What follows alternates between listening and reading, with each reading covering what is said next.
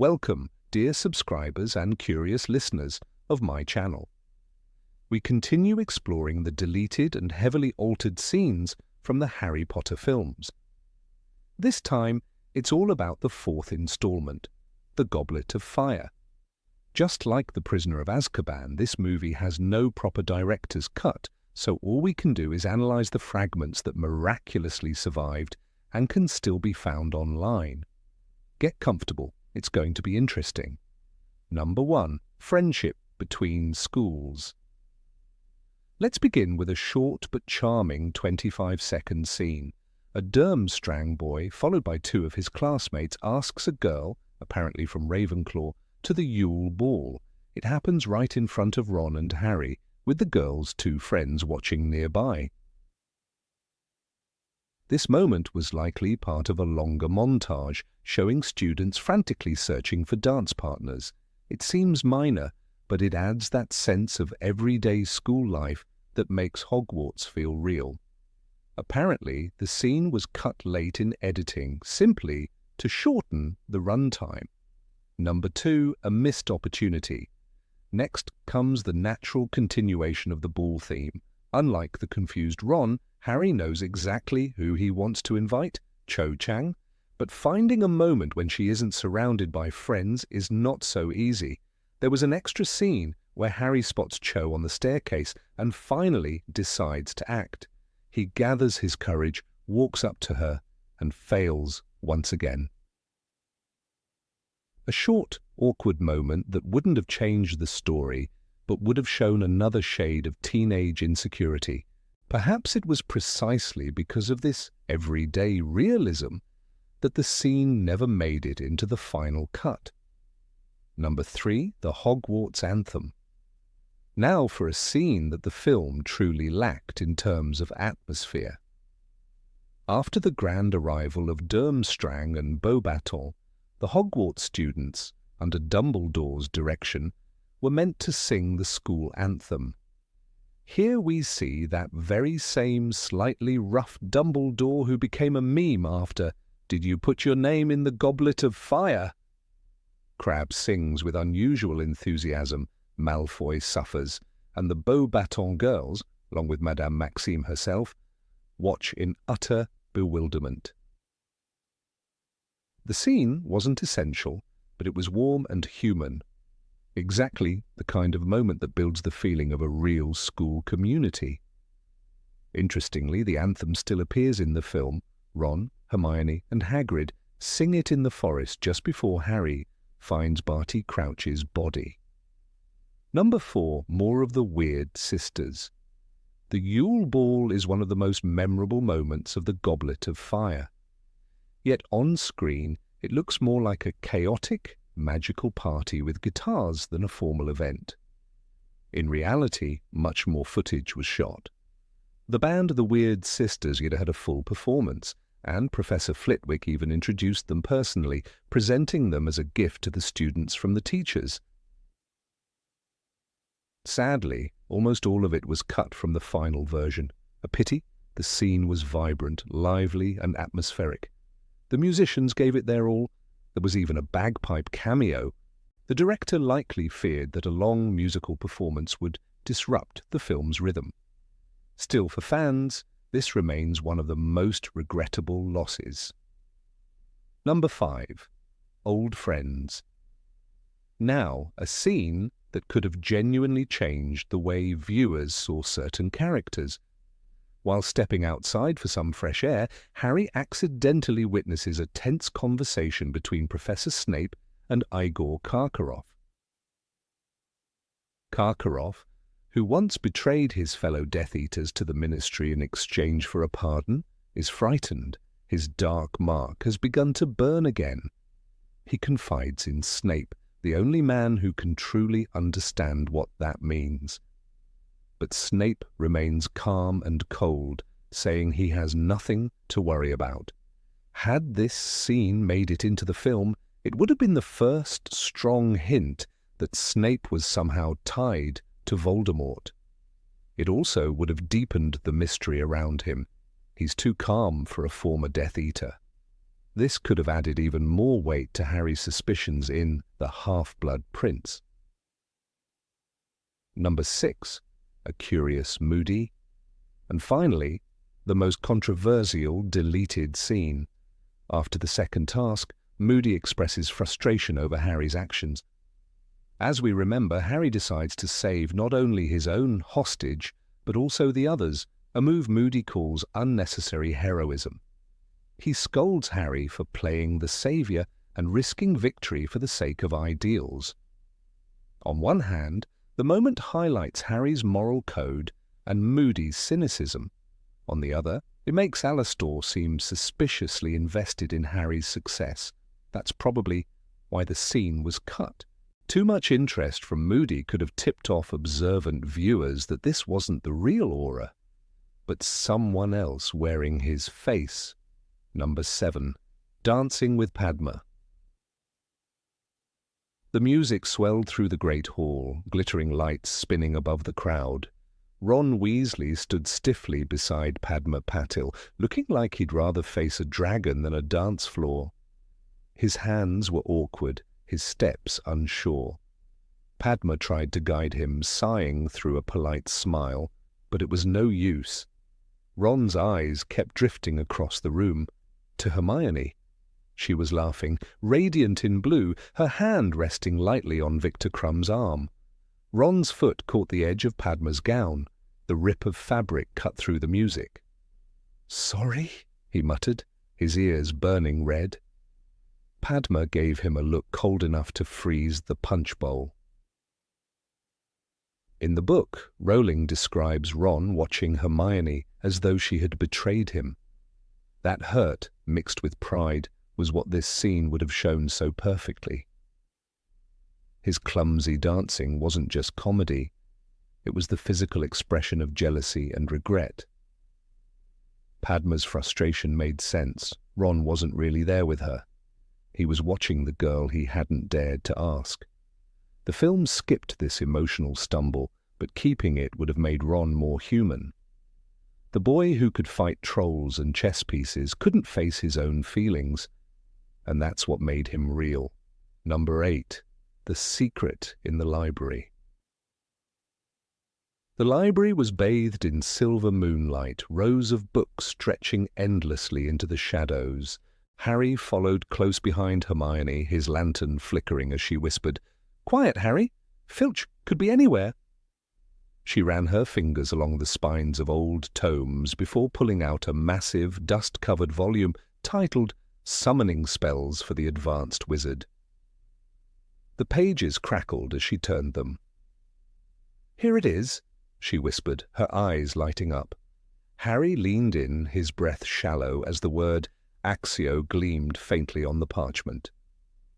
For a brief moment, both forgot about dragons, danger, and tournaments.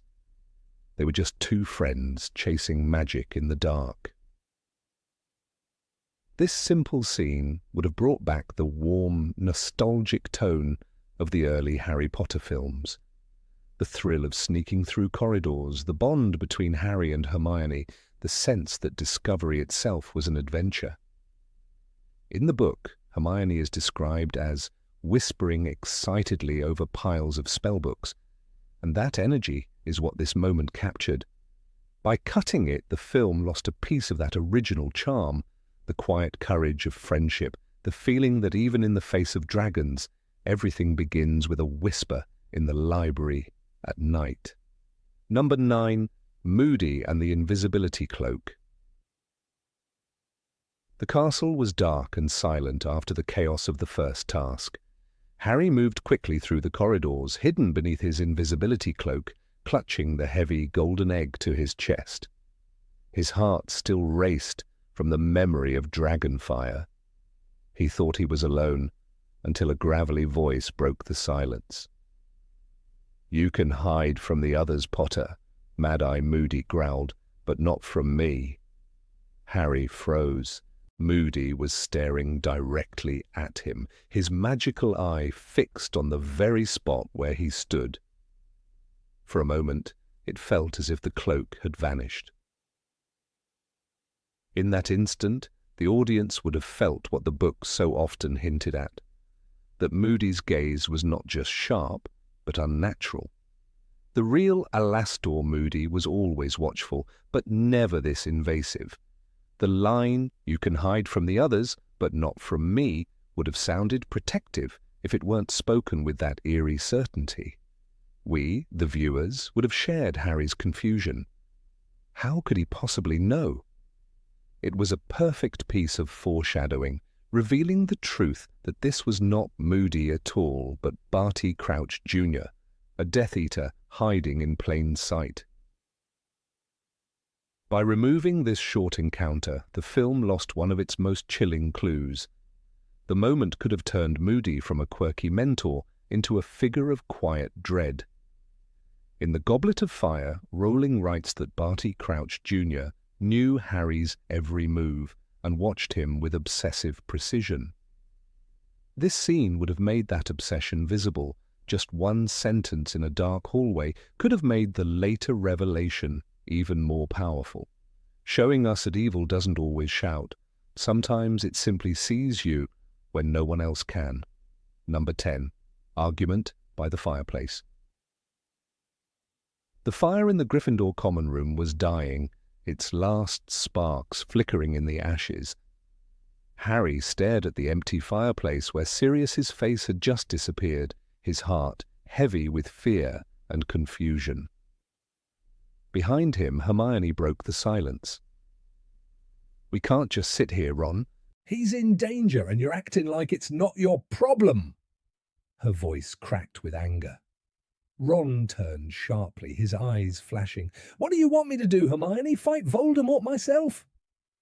The tension filled the room like smoke. Harry said nothing, frozen between them, caught in the middle of a storm he didn't know how to calm. In The Goblet of Fire, their friendship begins to show the weight of the war that's coming. The cut scene captured that perfectly. Hermione's frustration wasn't just about fear. It was about helplessness. She had always believed that logic and planning could solve anything. But now, facing something far bigger than school or exams, she felt powerless. Ron's anger, on the other hand, came from fear disguised as pride. He didn't know how to help Harry, and admitting that made him furious. "Nothing we do changes anything," he muttered, turning away. It was the first real crack in their unity, the moment when friendship met the reality of danger. Leaving out this scene softened what was meant to be a turning point. It would have shown that even the strongest bonds can tremble when faced with the unknown. Watching Hermione's tears and Ron's silence would have reminded the audience that these were still children, trying to hold themselves together in a world growing darker every day. The argument wasn't about blame, it was about fear. And it would have made their later reconciliation feel earned, not automatic. A few angry words by the fireplace could have revealed the most human truth of all.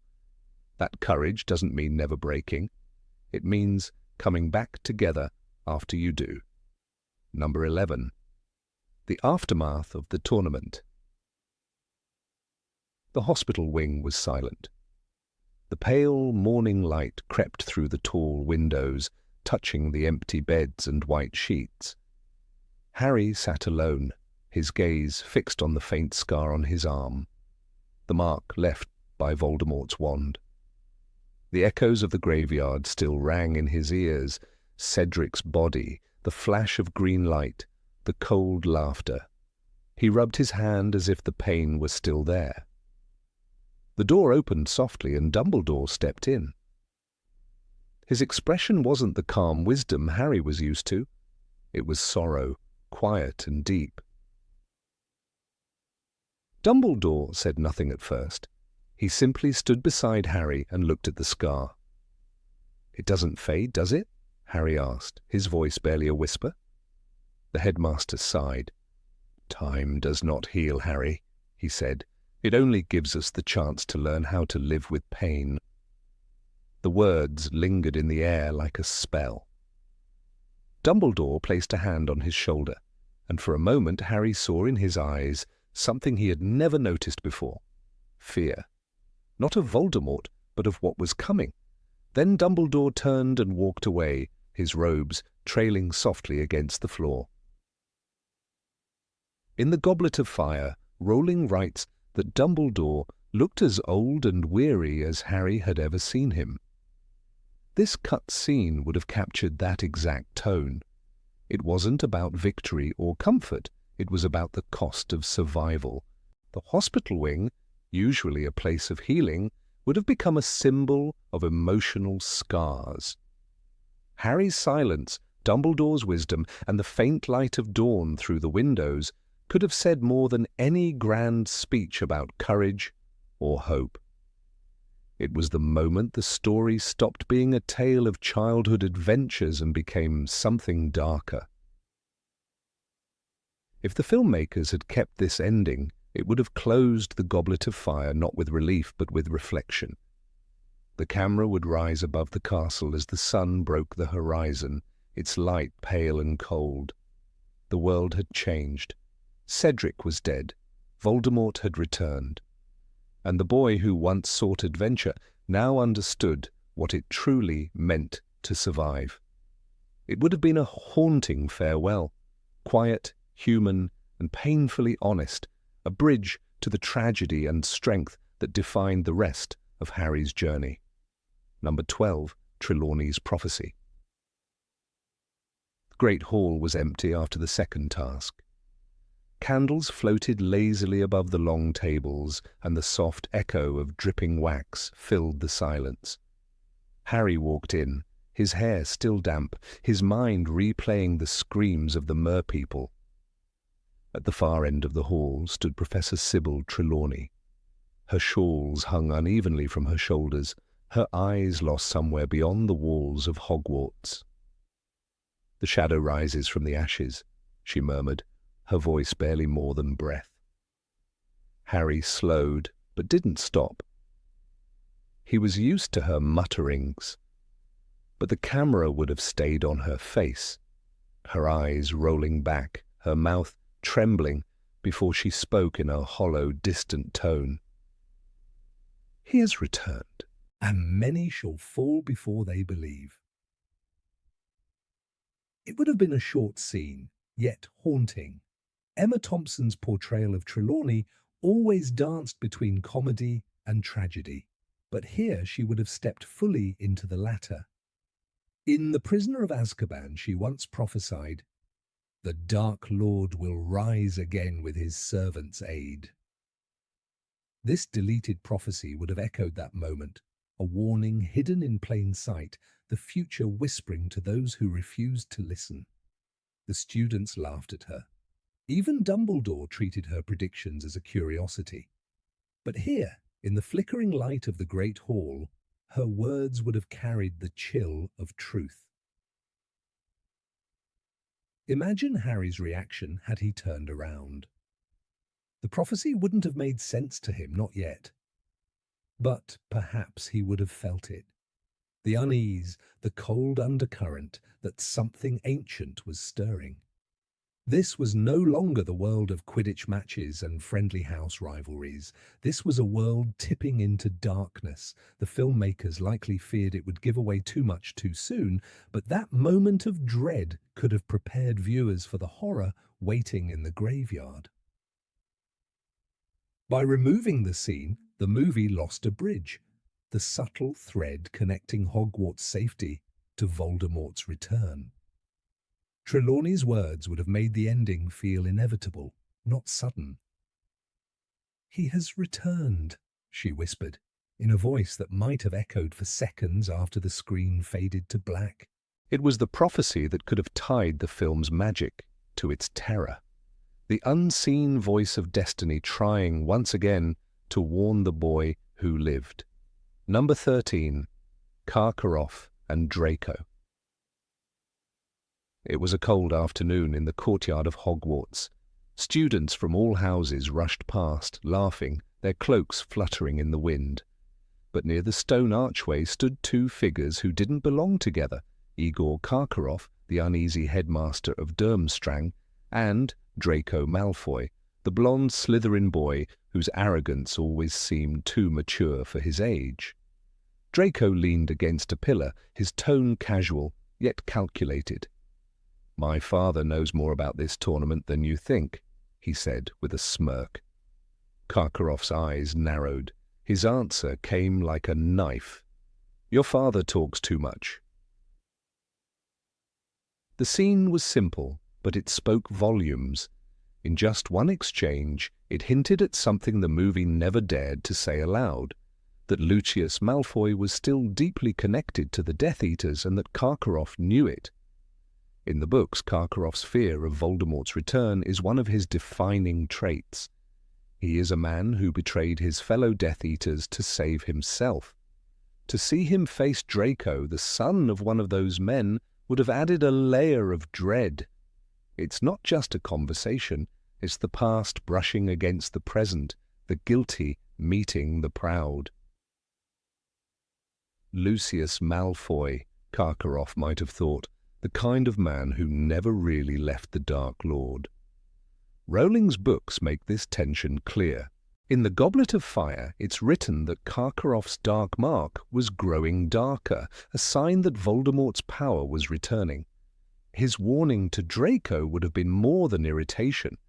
It would have been fear disguised as arrogance. The look in his eyes could have told the audience everything, that he knew what was coming, and that the Malfoy family was still part of it. By removing this short encounter, the film lost a valuable glimpse into the political undercurrent of the wizarding world. The relationship between Karkaroff and Lucius Malfoy was one of power, guilt, and silence, all of it passed down to Draco. One cold sentence, "Your father talks too much," would have said more about the world outside Hogwarts than any grand speech. It's the kind of moment that turns a fantasy story into something darker, more human, a world where fear doesn't vanish, it just hides behind polite conversation. Number 14. The Conversation with Crouch. In the dim corridors of Hogwarts, a scene once existed that could have changed the way audiences understood the descent of Barty Crouch Sr. into madness. It was quiet, eerily so, as Harry wandered the stone hallways one evening, his mind still spinning from the confusion of the Triwizard Tournament. Suddenly from the shadows a man appeared, dishevelled, trembling, his eyes wide and glassy. It was Bartemius Crouch, the once proud ministry official whose polished demeanour had been replaced by something haunted. His lips moved soundlessly before he managed to whisper a single desperate request. He needed to see Dumbledore. In his shaking hand, he held a crumpled parchment, the ink smudged as if written in panic. This moment, though filmed, never made it into Harry Potter and the Goblet of Fire, yet it offered a rare glimpse into the torment of a man enslaved by a curse and betrayed by his own blood. Crouch's appearance was ghastly. His skin, usually pale but composed, had turned almost grey. His eyes darted toward invisible pursuers, and his right hand trembled uncontrollably. Harry, confused and frightened, noticed something strange, a series of marks on Crouch's forearm as though burned. They weren't the dark mark, but they hinted at a magical injury, something inflicted through force rather than ritual. In the context of the full story, these burns were meant to suggest the physical toll of the Imperious Curse, an effect that David Tennant's Barty Crouch Jr., with his cruel and twitching smile, had placed on his father. This small detail, left unseen by viewers, would have anchored the film's mystery with an emotional weight that the theatrical version largely abandoned. In the book, Crouch's fate unravels through a trail of madness. He spoke as if he were trying to remember something, like he was fighting with himself, Harry tells Dumbledore in Goblet of Fire. The missing scene in the film would have visualized exactly that, the inner struggle of a man whose mind had become a battlefield between his will and another's control. Instead, in the released cut, Crouch simply vanishes from the narrative until his body is discovered in the forest, lifeless and broken. His death feels abrupt, almost disconnected, while the deleted encounter would have served as a tragic foreshadowing of what was to come. Had the filmmakers kept this corridor meeting, the mystery surrounding Crouch's erratic behavior would have deepened in a more human way. The book's readers already knew that Crouch had once been a symbol of ruthless order, a man who sent his own son to Azkaban without trial, declaring coldly, "You are no son of mine." To see him reduced to a trembling wreck in front of Harry would have turned that rigidity into something pitiable. It would have allowed the audience to grasp that the very control he once exercised over others had now been stolen from him. The visual of his scorched arm would have embodied the poetic justice that J.K. Rowling laced into his character, the enforcer consumed by his own laws, the master of control destroyed by the same magic he once wielded to dominate. Crouch's letter, mentioned in the script but never shown on screen, was said to contain a warning. The audience was never meant to know exactly what it said, but early versions of the screenplay suggest it was addressed to Dumbledore, a plea for help and confession combined. This would have mirrored a line from the novel where Crouch, in his delirium, mutters Dumbledore's name repeatedly. "Dumbledore, I must tell Dumbledore," before collapsing. His mind, under the strain of the imperious curse, fought to break free long enough to seek the one man he trusted. By removing this scene, the film lost that fragile moment of resistance, the spark of humanity still alive beneath the curse's grip. The visual contrast between Crouch's dignified past and his current ruin would have been stark. Audiences might have remembered his earlier scene at the Quidditch World Cup, when he appeared immaculate, his bowler hat perfectly straight, his voice clipped and precise as he ordered his subordinates around. "We will not tolerate such behavior," he declared, the model of bureaucratic authority. To see that same man trembling in a Hogwarts hallway, unable to string together a coherent sentence, would have underscored how power in the wizarding world is never permanent. The imperious curse, often treated as a weapon of manipulation, would have been revealed here as a slow, merciless erosion of self. The scene's removal also dulled the tragic irony at the heart of Crouch's story. His entire life had been built on the pursuit of control, over dark wizards, over his family, even over the Ministry's reputation. He placed the law above compassion, sending countless people to Azkaban to prove his integrity during Voldemort's first rise. Yet when that same darkness found him again, it didn't destroy him with violence. It hollowed him out, stripped away his will, left him wandering the corridors of a school like a ghost still trying to perform his duty. If the scene had stayed, it would have connected the cold authoritarian of the past with the broken father who became a victim of the very system he once embodied. Number 15, After the Bath. The aftermath of the second task in Harry Potter and the Goblet of Fire was one of those moments where the audience expected release, a breath after tension, laughter after dread. The lake had swallowed them in silence, the mermaids had sung their haunting song, and Harry had once again thrown himself into danger for the sake of others. When he finally emerged from the dark water, coughing and gasping for air, the audience saw him not as a competitor, but as the boy who could never stop saving people. What many don't know is that J.K. Rowling had written, and the film crew had even shot, a tender, quiet scene that followed this moment, a scene that was later cut from the final version.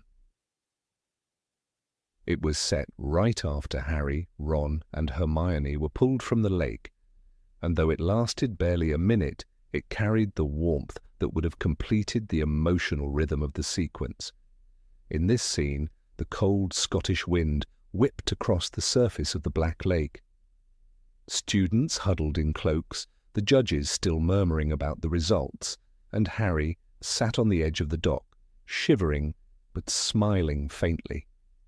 His skin was pale from the water, his hair plastered to his forehead. Hermione, always the one to notice first, ran to him with a towel, one of those small gestures that only she would think of in such a moment. She wrapped it around his shoulders, fussing like Mrs. Weasley might, and for a second it wasn't about scores or glory, it was about friendship, concern, and the simple relief that they had all survived another test of the Triwizard Tournament. Ron, of course, broke the mood with a grin. Still shaking from the cold, he muttered, "Trying to be a lifeguard now, are you?" The line was quick, teasing, perfectly Ron, deflecting fear with humour.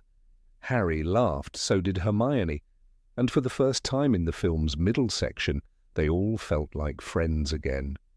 The audience would have seen that laughter as the symbol of reconciliation, proof that the strain between Harry and Ron, so central to the earlier chapters, had finally dissolved. The rivalry, the jealousy, and the misunderstandings melted away in that small burst of laughter on the lakeshore. The film version never allowed that breath. In the movie, the scene jumped from chaos to applause, from rescue to ceremony. The results were announced, and we were already moving forward, chasing the next clue. Yet the deleted sequence, recorded but left on the cutting room floor, was where the human heart of the story beat quietly. Director Mike Newell had to make a choice, maintain pacing or allow emotion. He chose the former, and though the decision made structural sense, it also erased one of the few moments where Harry's heroism felt genuinely humble, where exhaustion met peace. In Rowling's book, there is a passage that captures this very essence. Harry was shivering so violently that his teeth were chattering. He felt as though he had been in that lake for days. Ron was beside him, still looking pale but laughing through chattering teeth. The humour after near disaster, that human instinct to laugh once you know you're safe, is deeply British in tone and deeply Potter in spirit. The book scene was never about triumph, it was about release. Harry's act of saving not just Ron, but also Fleur's sister Gabrielle, had already shown his nature. But what this moment after the lake revealed was how his friends reacted to it, not with awe or worship, but with familiarity. They didn't see the boy who lived, they saw the boy who always went too far trying to do the right thing. Hermione's towel gesture, though brief, would have symbolized her constant role as the emotional glue of the trio. She was the one who comforted when others teased, who mended the small cracks that battles and misunderstandings created. In many ways, this small act foreshadowed how she would later care for Harry in the woods during the Deathly Hallows when he broke down after Dobby's death. The repetition of kindness in the face of exhaustion is what makes Hermione's character so essential to the moral fabric of the story. Ron's teasing remark, meanwhile, carried the tone that balanced everything. His humour wasn't cruel, it was familiar, even healing. "Trying to be a lifeguard now, are you?" Might have been a line of mockery in another mouth, but in his it was love disguised as a joke. It reminded the audience that Ron's jealousy had never come from malice, but from insecurity. Laughing together on the lakeshore was his way of saying, without words, that things were right again. Surely the scene would have offered one of those rare moments of light in a film otherwise saturated with gloom and danger. The light reflected off the surface of the lake, turning the scene almost silvery, the mountains in the background soft and distant. The camera, as described by early storyboard notes, would have circled slowly around the trio. Harry wrapped in the towel, Hermione smiling faintly, Ron laughing through chattering teeth. It was intended to mirror the trio's first year, when after facing the Philosopher's Stone, They had laughed in the hospital wing, bruised but together. That cinematic echo would have reminded the audience that these were still children, still capable of joy after darkness. Number 16. Fleur and her sister. In Harry Potter and the Goblet of Fire, Fleur Delacour arrives at Hogwarts surrounded by an aura of perfection. Her Veela heritage makes heads turn, her confident stride commands attention. Yet beneath this shining surface lies a character of quiet strength, vulnerability, and compassion, a depth that the film adaptation largely stripped away. The book offered readers a glimpse of a young woman far more than her beauty, and one missing scene in particular, the moment Fleur thanks Harry for saving her sister Gabrielle, reveals just how much humanity was lost when that brief encounter was omitted from the movie. In J.K. Rowling's novel, Fleur's journey through the Triwizard Tournament is not simply a test of magical skill, but also of emotional growth. When she first appears, she seems distant and proud, easily irritated by her peers and disdainful of Hogwarts informality. She calls the Great Hall's food too heavy and mocks Hogwarts for its lack of elegance. To many she seems arrogant, but readers eventually see that beneath her composed exterior lies someone deeply protective of her family and capable of warmth. This transformation becomes clear after the second task, one of the most emotionally resonant moments in the book, where the champions must rescue someone dear to them from the depths of the Black Lake. In the novel, Harry dives into those icy waters with a moral dilemma tearing at his mind. The Merpeople's song had promised that only one hostage could be saved, yet when the time comes, Harry refuses to leave Gabrielle Delacour behind. He stays until the last possible moment, using his gillyweed-enhanced lungs to hold out against the clock, determined not to let the young girl drown. When he emerges, dragging both Ron and Gabrielle to safety, the crowd erupts in applause, and Dumbledore awards him extra points for moral fibre. For Fleur, however, this act means something far greater than any judge's score could measure. In the book, Fleur rushes toward the platform, pale and shivering, her silver-blonde hair plastered to her face. "Gabrielle, are you all right?" she cries, clutching her sister as if the world could collapse at any second. When she realizes what Harry has done, that he stayed behind to save Gabrielle despite her not being his hostage, her demeanor changes completely. "You saved her, even though she was not yours," she exclaims with a trembling voice. "You are too noble." That single line, found in chapter 26, transforms Fleur from a distant, almost ethereal beauty into a grateful, sincere sister. It is one of the first moments in the series when her pride melts away, replaced by something tender and genuine. In the film version, however, this emotional layer is missing. The scene is cut short. Fleur barely reacts beyond a relieved smile. She is whisked off screen, her relationship with Gabrielle reduced to a prop in the challenge.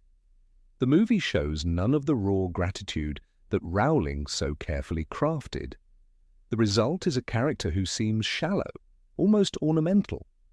The film audience sees Fleur as a beautiful competitor, not as a person who feels deep affection or gratitude. Without that quiet aftermath, her visit to Harry in the hospital wing, the connection between them is lost, and the foundation for her later warmth toward him and his friends disappears entirely. The deleted or altered scene in the book takes place shortly after the second task. Harry, exhausted and half-frozen, lies in the hospital wing nursing his cuts and bruises. Madame Pomfrey fusses over him as usual, and Ron and Hermione hover nearby. Then Fleur enters the room, her face soft, her tone quieter than ever before. She walks up to Harry and says words that define her growth.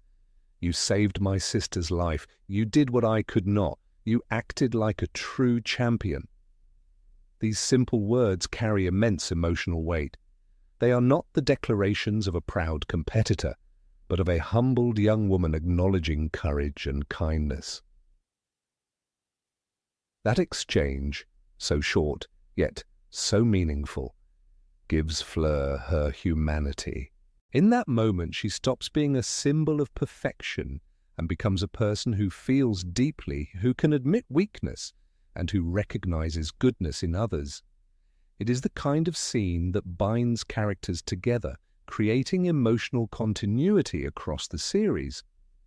When Fleur later reappears in Half-Blood Prince, engaged to Bill Weasley and facing criticism from Molly and Ginny, readers remember that earlier moment. They know Fleur's pride hides a loyal heart.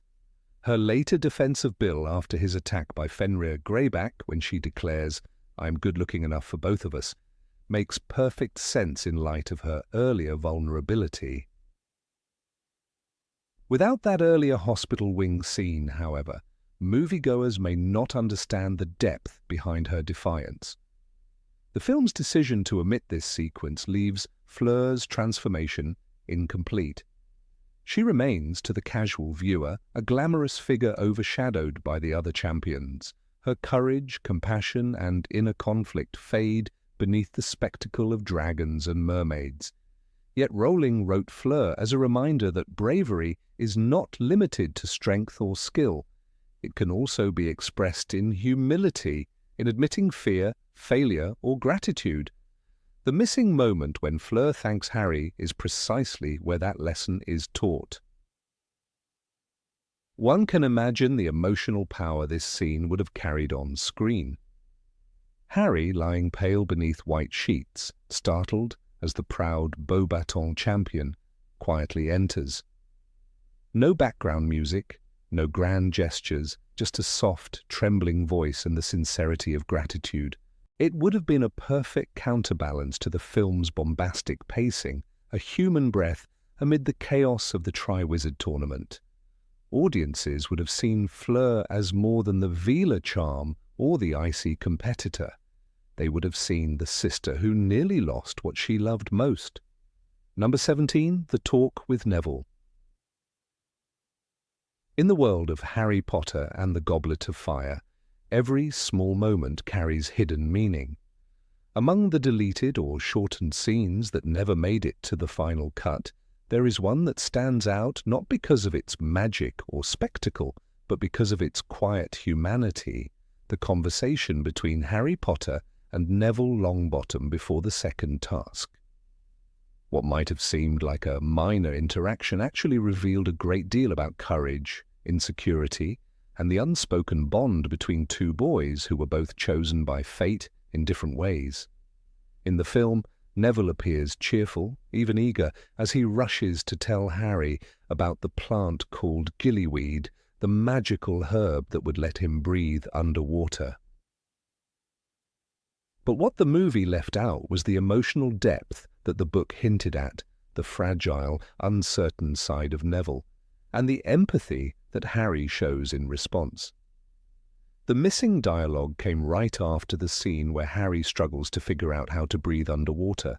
The clock is ticking, the entire school knows he is unprepared, and the pressure of being the youngest champion weighs on him like a curse. In the original version, Neville isn't just a helper delivering a solution, he is a friend who opens up about himself. He confides to Harry that sometimes he feels out of place in Gryffindor, that he doesn't have the bravery or brilliance of the others. His words echo something many readers have felt, being surrounded by people who seem more talented, more confident, more deserving.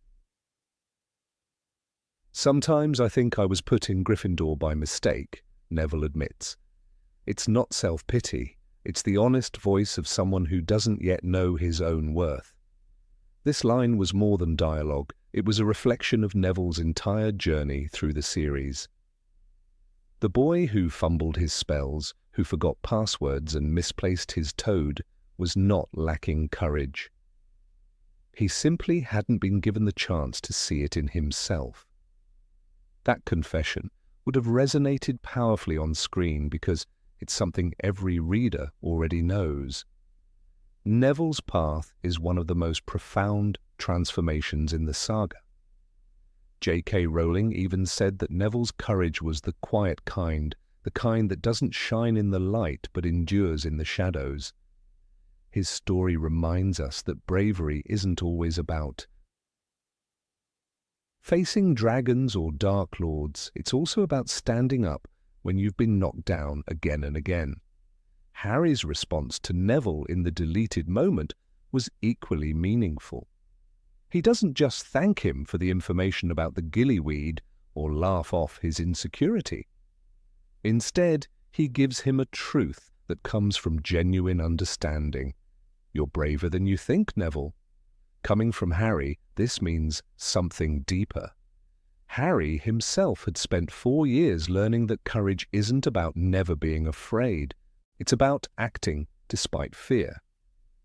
He recognizes in Neville the same kind of bravery that he has had to discover in himself.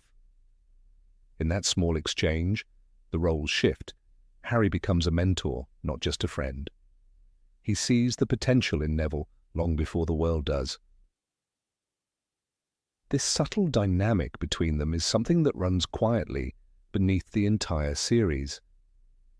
It's easy to forget that Neville, like Harry, could have been the chosen one.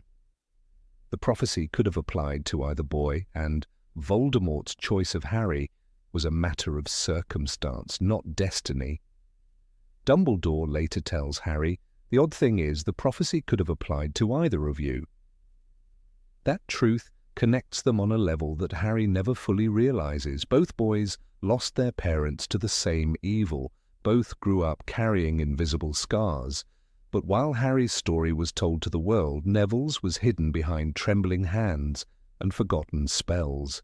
The deleted conversation might have been one of the few times where the film acknowledged that unspoken link between them.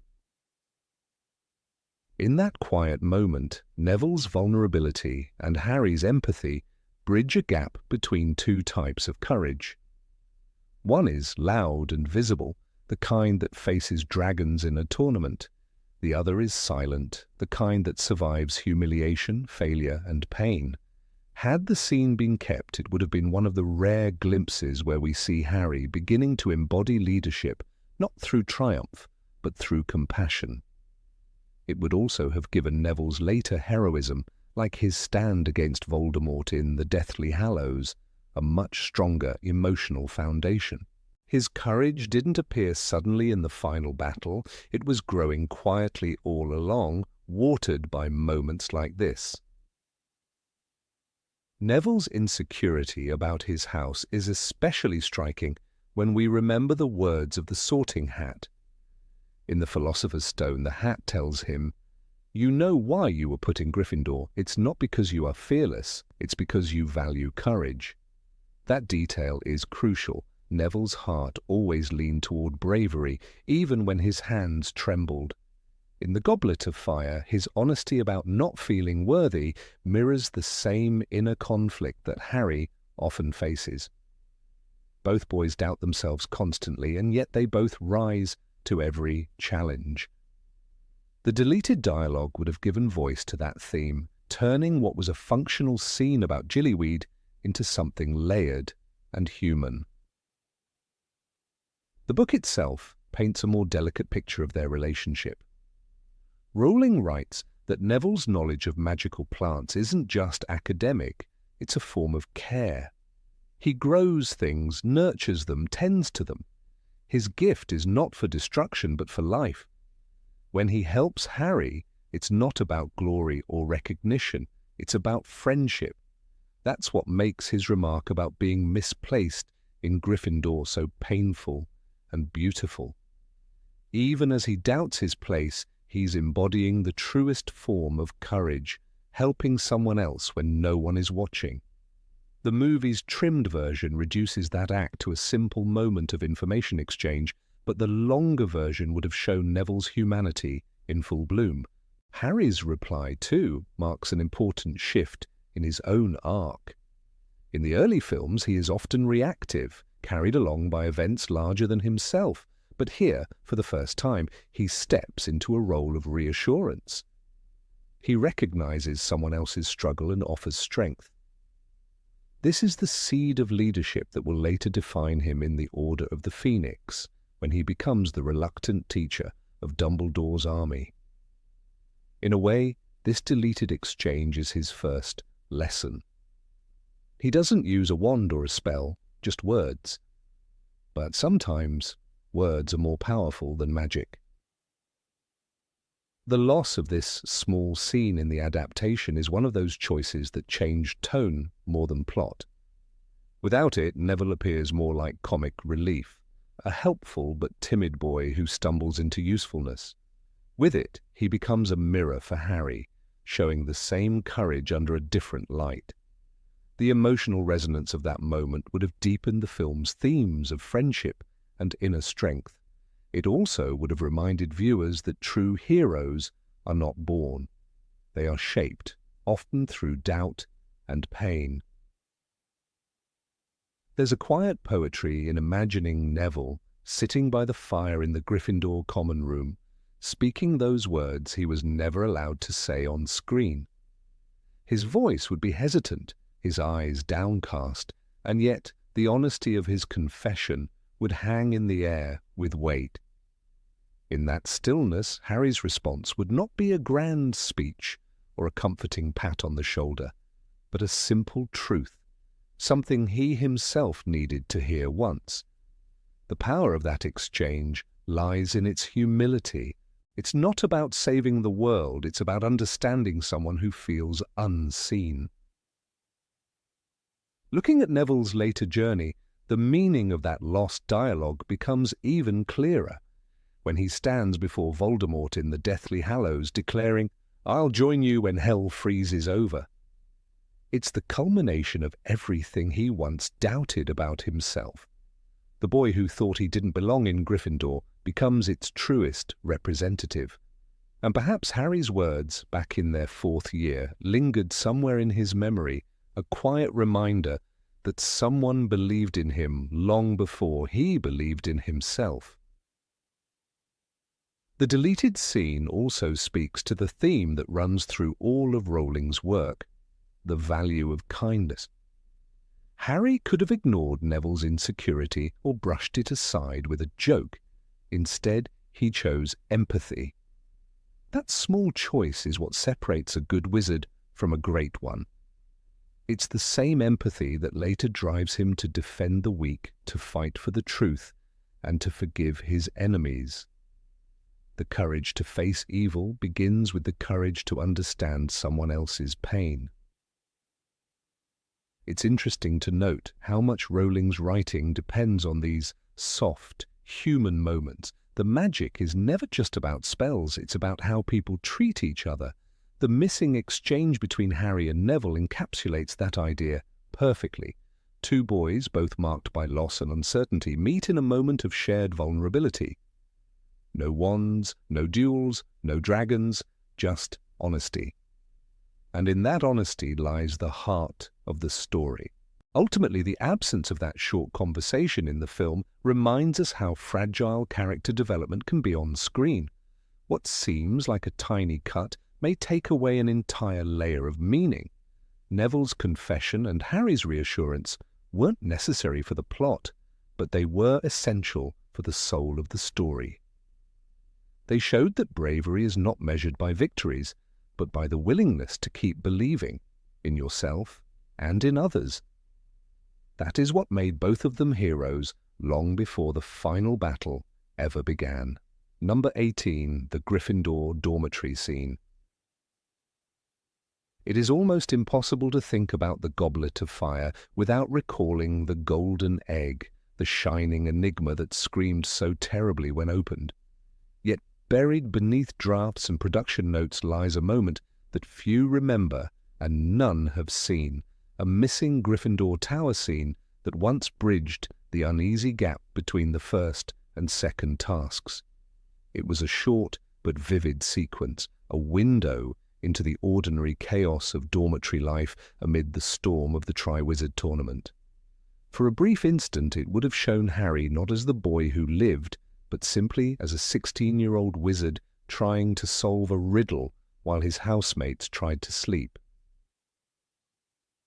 Between the trials of dragons and the dark uncertainty of the lake task, there was a lull in the book's pacing, and this small interlude was once meant to fill that silence.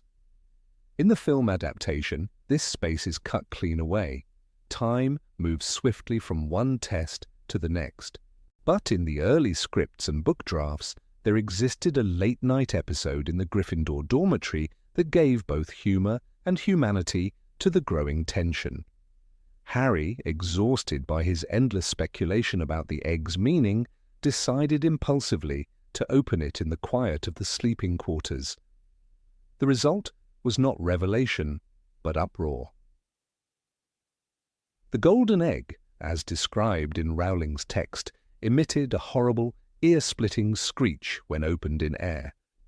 It was a sound so dreadful that it sent Harry tumbling backward in the prefect's bathroom later on. Yet imagine that sound echoing through the stone corridors of Gryffindor Tower among snoring boys and scattered Quidditch posters.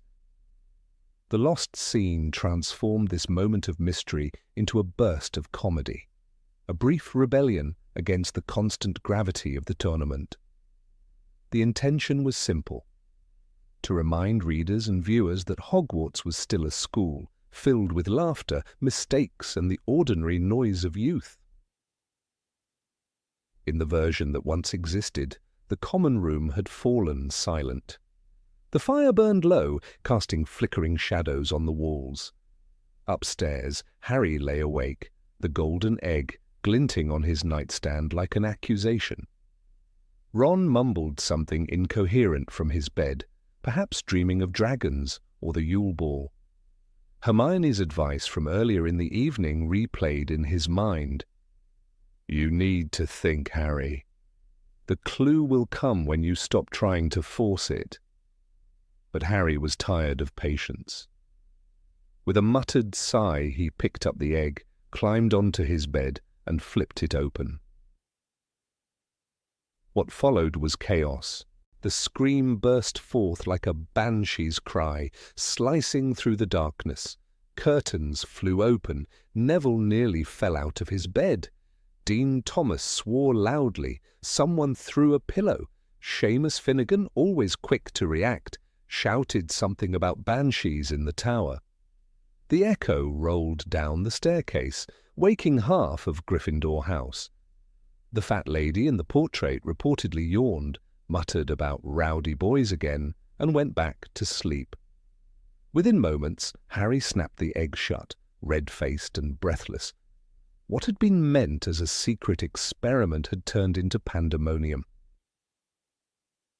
The humor of this sequence was its realism.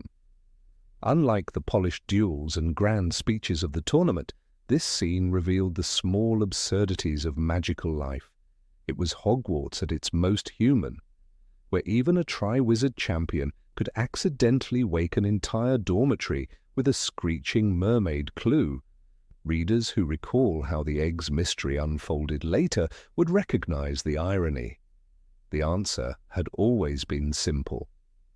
Come seek us where our voices sound.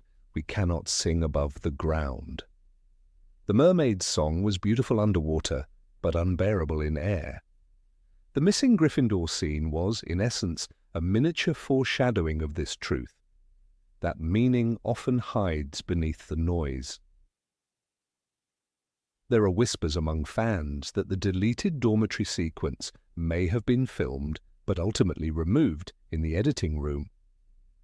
Early production stills show the golden egg placed beside Harry's bed, and concept sketches from the art department describe Gryffindor boys awakened by egg noise. If these fragments are authentic, they suggest that the director, Mike Newell, originally envisioned a lighter intermission between the grave intensity of the first task and the darkly romantic tension of the Yule Ball. Yet, as editing progressed, the tone of the Goblet of Fire shifted toward anxiety and foreboding, and so the moment of laughter was sacrificed to preserve suspense.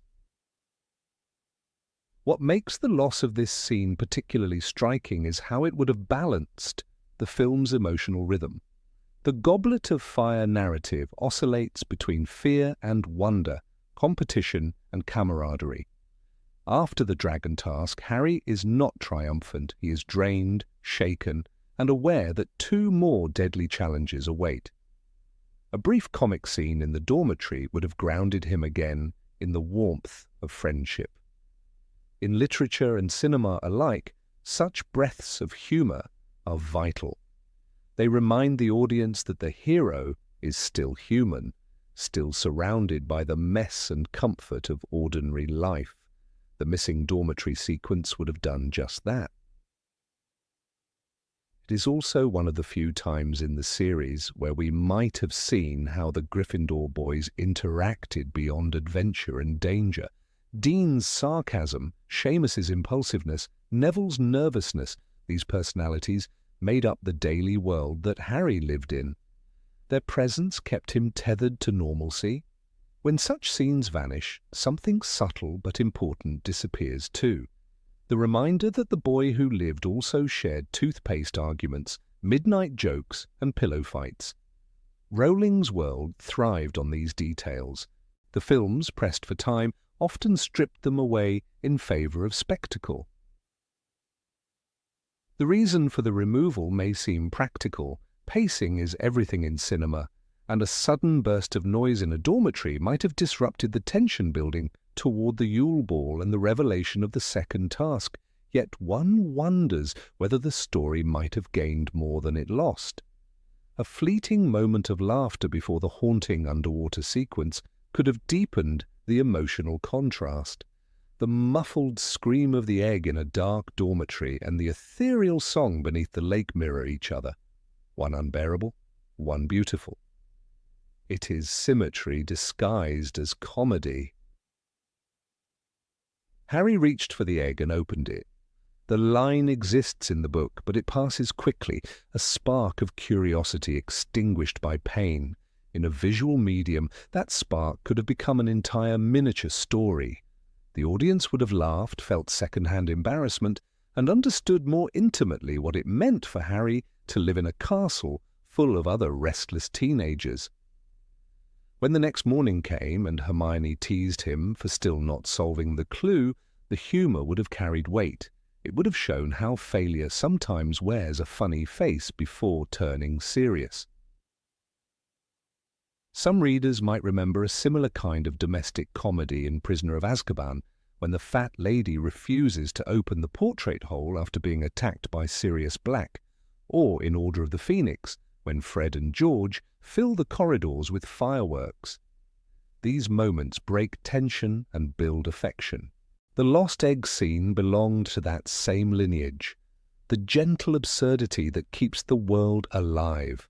Without it, the Goblet of Fire film jumps directly from grandeur to gloom, from roaring dragons to the melancholy of the ball, without the laughter that once made Hogwarts feel like home. It is interesting, too, that this missing moment reflected Harry's impatience, one of his defining flaws. He could never leave a mystery alone. He acted before thinking. That impulsiveness led him to open the egg in the dormitory, just as it later led him to follow Barty Crouch's trail in the Forbidden Forest. The dormitory episode was more than comic relief. It was character exposition hidden inside slapstick. The audience would have laughed at his mistake, but recognized the recklessness that defined him. In storytelling terms, it was a perfect microcosm of Harry's growth from rashness to understanding. What remains now are echoes, fan reconstructions, a few mentions in old interviews, and the collective imagination of those who wish the films had preserved more of the school's warmth. In some fan scripts and fan art, the scene lives again. Harry sits cross-legged on his bed, the egg gleaming, his friends drowsy and annoyed. The scream erupts, feathers fly, and the camera pans to the Gryffindor banner, fluttering gently in the background. It lasts barely a minute, but it is enough to capture that delicate equilibrium between magic and mischief that defines Rowling's universe. In the end, the absence of the dormitory sequence is felt most strongly not as a narrative gap, but as an emotional one. The Goblet of Fire film remains thrilling, dark, and grand, but it seldom pauses to breathe. The egg's scream could have been that breath, loud, ridiculous, unforgettable. Somewhere in the editing archives, perhaps, there lies a raw reel of Daniel Radcliffe flinching as the golden egg howls and Rupert Grint ducks under a pillow. If such footage ever surfaces, it would not change the story's course, but it would restore a fragment of the youthful chaos that once filled the tower's stone walls. And so the phantom scene lingers, half remembered and half imagined, like the echo of that underwater melody. It reminds us that even in stories of dragons, death, and destiny, laughter has its place. Sometimes in the middle of the night, when a boy with a golden egg forgets that magic can be loud. Number 19. Hermione's Secret. In the dim light of the Hogwarts library, long after the echoes of the Yule Ball had faded into memory, Hermione Granger sat alone, her fingers tracing the edge of a crumpled piece of parchment. The article before her bore the unmistakable signature of Rita Skeeter. Her sharp green quill had turned yet another private moment into public spectacle. The words were cruelly arranged, twisting what had been innocent admiration between Hermione and Victor Crumb into something sordid. It was not the first time Rita had done this, but it was the first time Hermione truly understood how invasive the journalist could be. In the quiet corner between the shelves, her eyes shimmered with the reflection of the candlelight as she whispered to herself, "They twist everything." It is a moment fans remember not from the movie, but from early reports of deleted scenes, drafts, and whispered production notes. The film Harry Potter and the Goblet of Fire never gave us this glimpse of Hermione's private pain, her introspective struggle against the growing weight of public scrutiny. Yet those who read the book remember how Rita Skeeter's poisonous quill shaped Hermione's image in the wizarding world. The gossip column in the Daily Prophet painted her as a manipulative Scarlet Woman, claiming she toyed with both Victor Crumb and Harry Potter's affections. Ruling herself wrote in Chapter 19, "A Daily Prophet article had appeared that morning declaring Hermione Granger to be Harry Potter's girlfriend and describing her as the plain but ambitious girl who has managed to charm the famous Triwizard champion." This casual cruelty, written as tabloid gossip, became the spark that ignited Hermione's quiet fury. In the missing scene, she doesn't fight back with her usual logic or anger. She sits instead in silence, processing what it means to be misrepresented, realizing that words could wound as deeply as spells. This introspective Hermione, often buried beneath the confident perfectionist image, would have added a profound layer to the film. In the movie adaptation, her conflict with Rita appears abruptly, almost as comic relief, a subplot of annoyance rather than violation. Yet in the books, this conflict is deeply personal. Rita doesn't just insult Hermione's choices, she violates her integrity. That quiet moment in the library would have shown how much Hermione truly cared about truth, justice, and the power of words long before she discovered how Rita was doing her reporting, illegally, as an unregistered animagus. What makes this scene particularly significant is how it foreshadows Hermione's investigative streak in The Order of the Phoenix. When she later traps Rita Skeeter in her beetle form inside a magically sealed jar, readers see not a random act of vengeance, but the culmination of months of quiet observation and suppressed anger. She had learned what it felt like to be powerless under the gaze of false journalism. Her revenge was never impulsive. It was justice meticulously crafted by a girl who understood that lies could destroy reputations as efficiently as dark. Magic. Without the emotional foundation of that library scene, her actions in the fifth book might seem cold or detached. With it, they gain moral clarity. In the cinematic version, Hermione's story arc often shifted to serve Harry's emotional narrative. The deleted scene, however, reminds us that Hermione had her own journey, one about autonomy and the right to define oneself. When she murmurs that the papers will soon write not about her, but about Harry, she reveals both loyalty and foresight. She knows the media machine of the wizarding world feeds on drama, that the Daily Prophet is less a newspaper than an amplifier for public hysteria. It's a small but powerful insight that predicts the chaos of the Order of the Phoenix, when the Ministry of Magic and the press turn their full force against Harry, branding him unstable and delusional. Hermione's warning was not just emotional, it was prophetic. The tone of the deleted moment also contrasts sharply with the festive aftermath of the Yule Ball. After the glittering gowns, laughter, and teenage heartbreak, this small, quiet scene would have grounded the story again in reality. It would have reminded viewers that beneath the grandeur of the Triwizard Tournament, the world of magic still mirrored the flaws of the human one: gossip, jealousy, and the cruelty of public opinion. Hermione, often seen as the rational heart of the trio, becomes the first to experience how that world turns against those who don't fit its expectations. The scene shows her transition from a rule-following student to a young woman who sees how institutions, but even newspapers, can manipulate truth. The film's screenwriter, Steve Kloves, has mentioned in interviews that several quiet character moments were cut for pacing. Among them was this brief exchange that showed Hermione's emotional depth.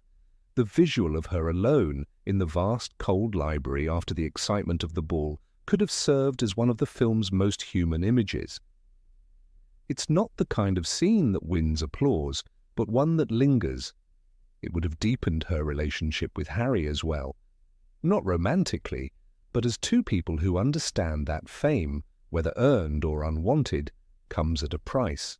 Harry's attempt to comfort her in that moment, and her somber response, "They'll write about you next," would have subtly established her protective instinct.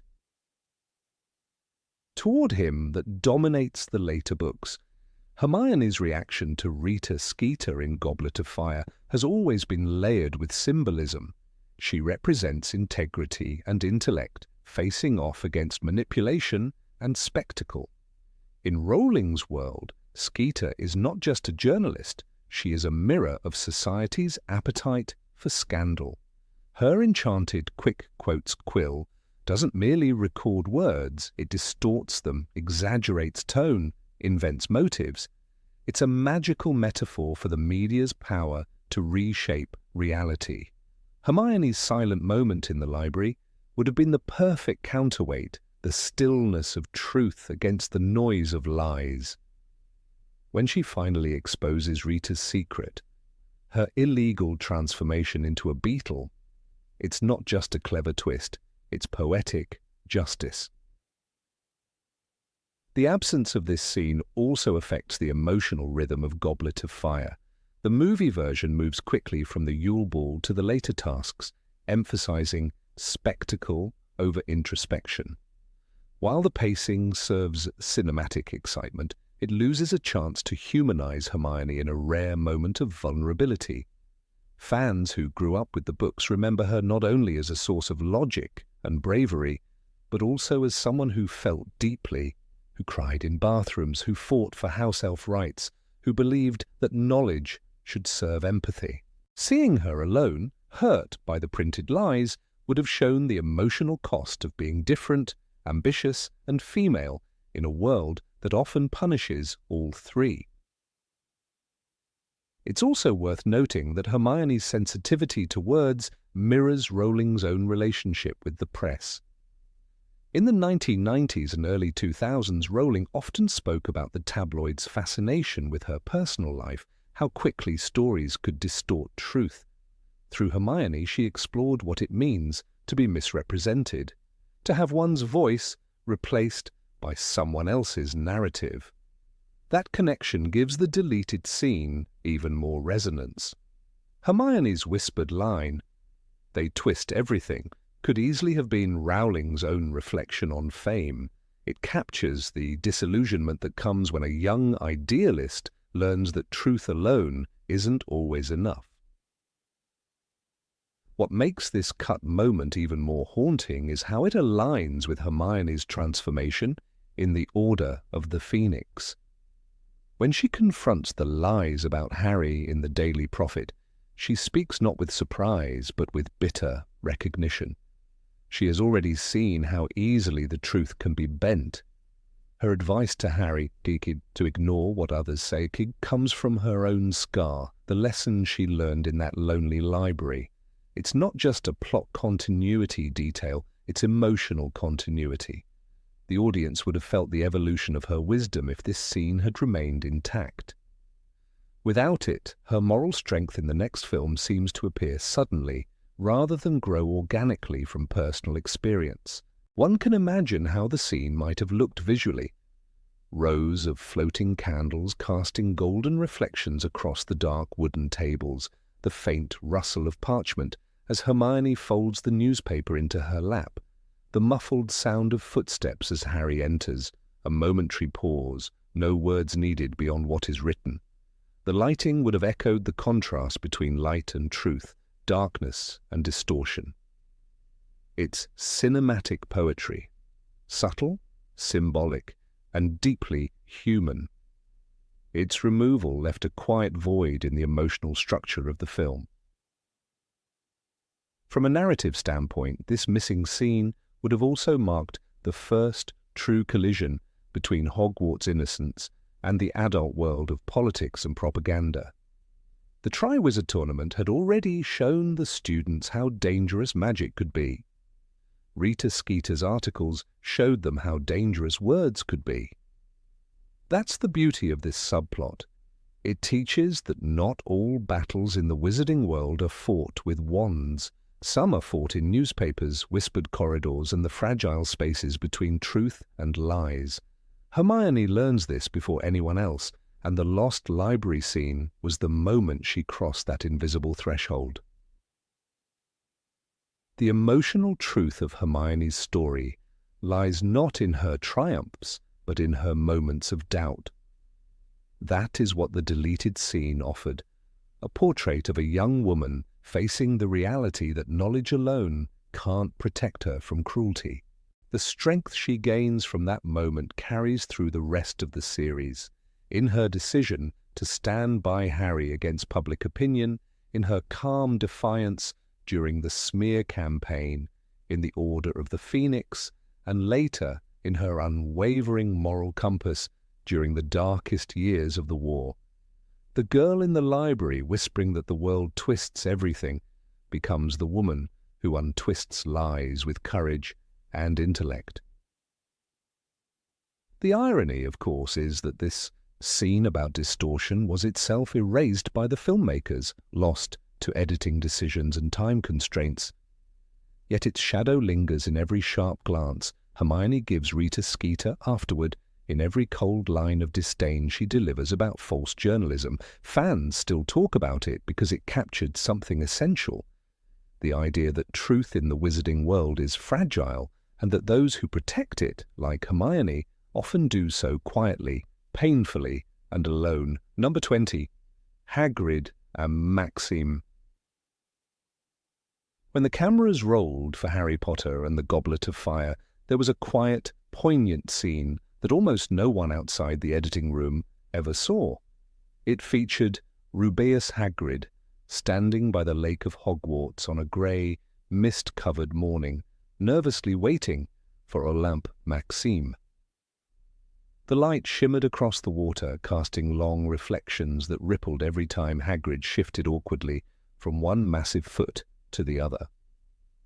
His usually bright eyes were dim, shadowed by something more than shame, a kind of sorrow born from years of being misunderstood.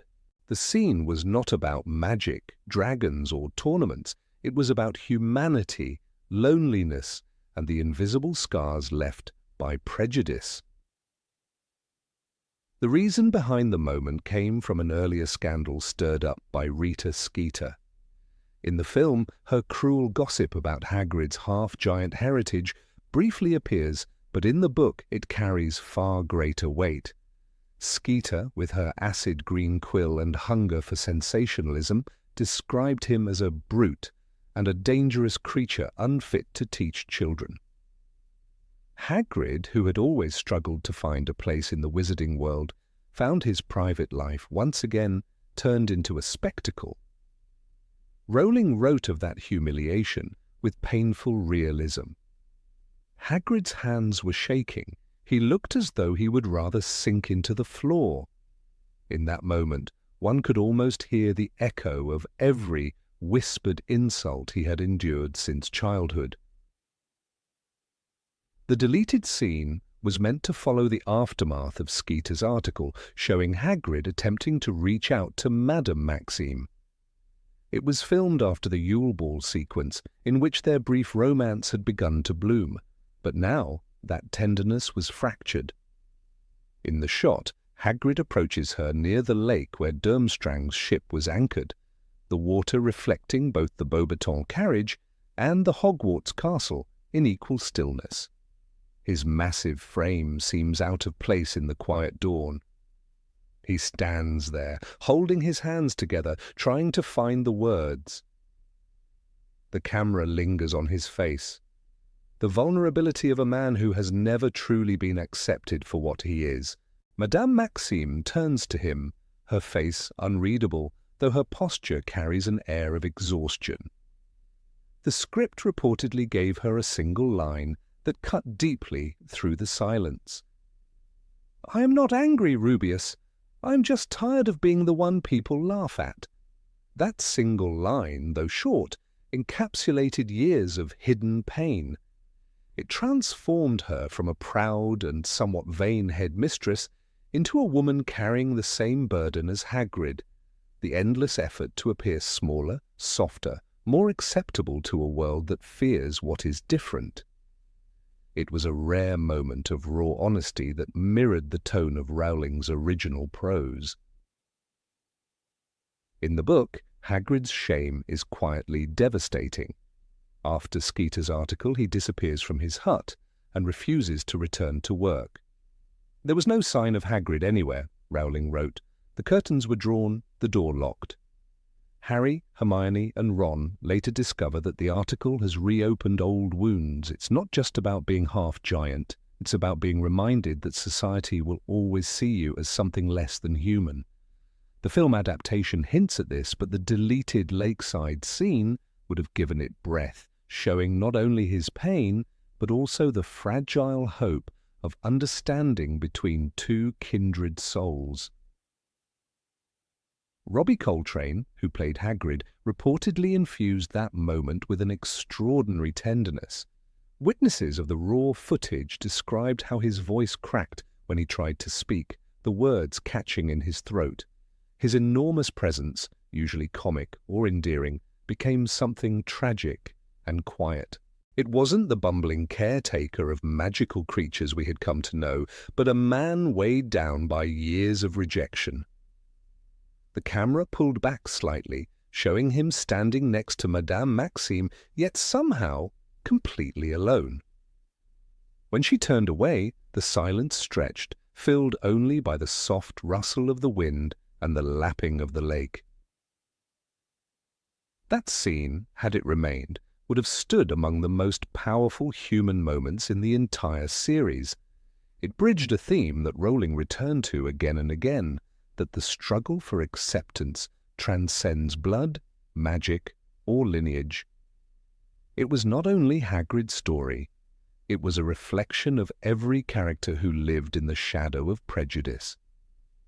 From Remus Lupin hiding his lycanthropy to Hermione's anger over the word mudblood, this moment between Hagrid and Maxime was part of the same conversation.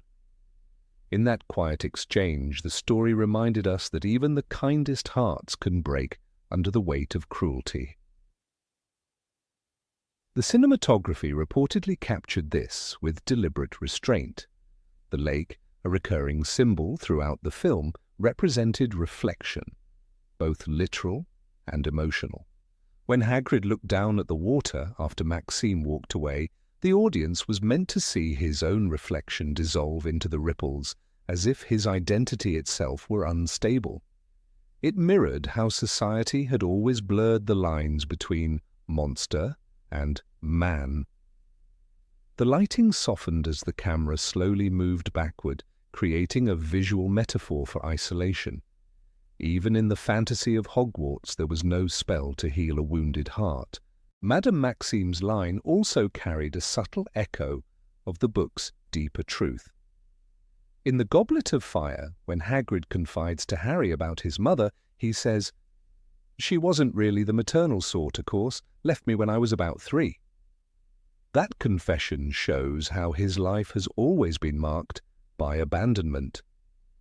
To hear Maxime say she was tired of being mocked would have added a haunting symmetry.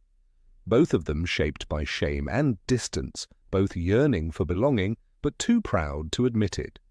Her dignity, like his kindness, became a shield against humiliation. The decision to cut the scene was likely driven by pacing. The film already juggled multiple storylines: the Triwizard Tournament, Voldemort's return, and the growing darkness overshadowing the wizarding world. In such a crowded narrative, small quiet scenes were often sacrificed. Yet this deletion left a noticeable gap. On screen, Maxime's rejection feels abrupt and underdeveloped, while Hagrid's subsequent reappearance lacks emotional context. The missing bridge between their misunderstanding and reconciliation weakened the continuity of their bond, which the following films barely revisited. What makes this lost moment so striking is how it reveals the everyday humanity within a fantasy epic.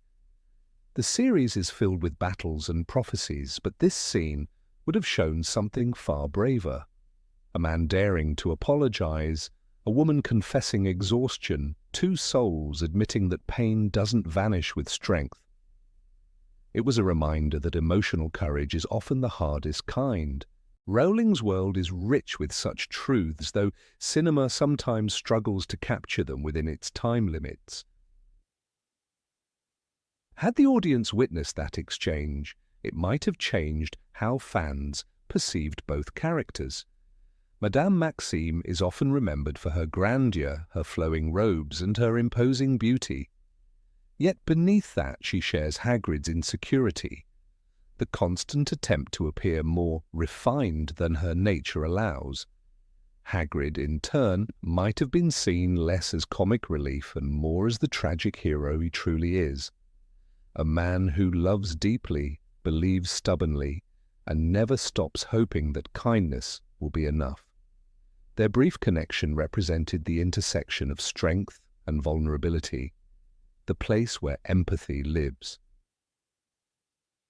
Even within the books, their relationship remains one of the most subtle yet powerful threads.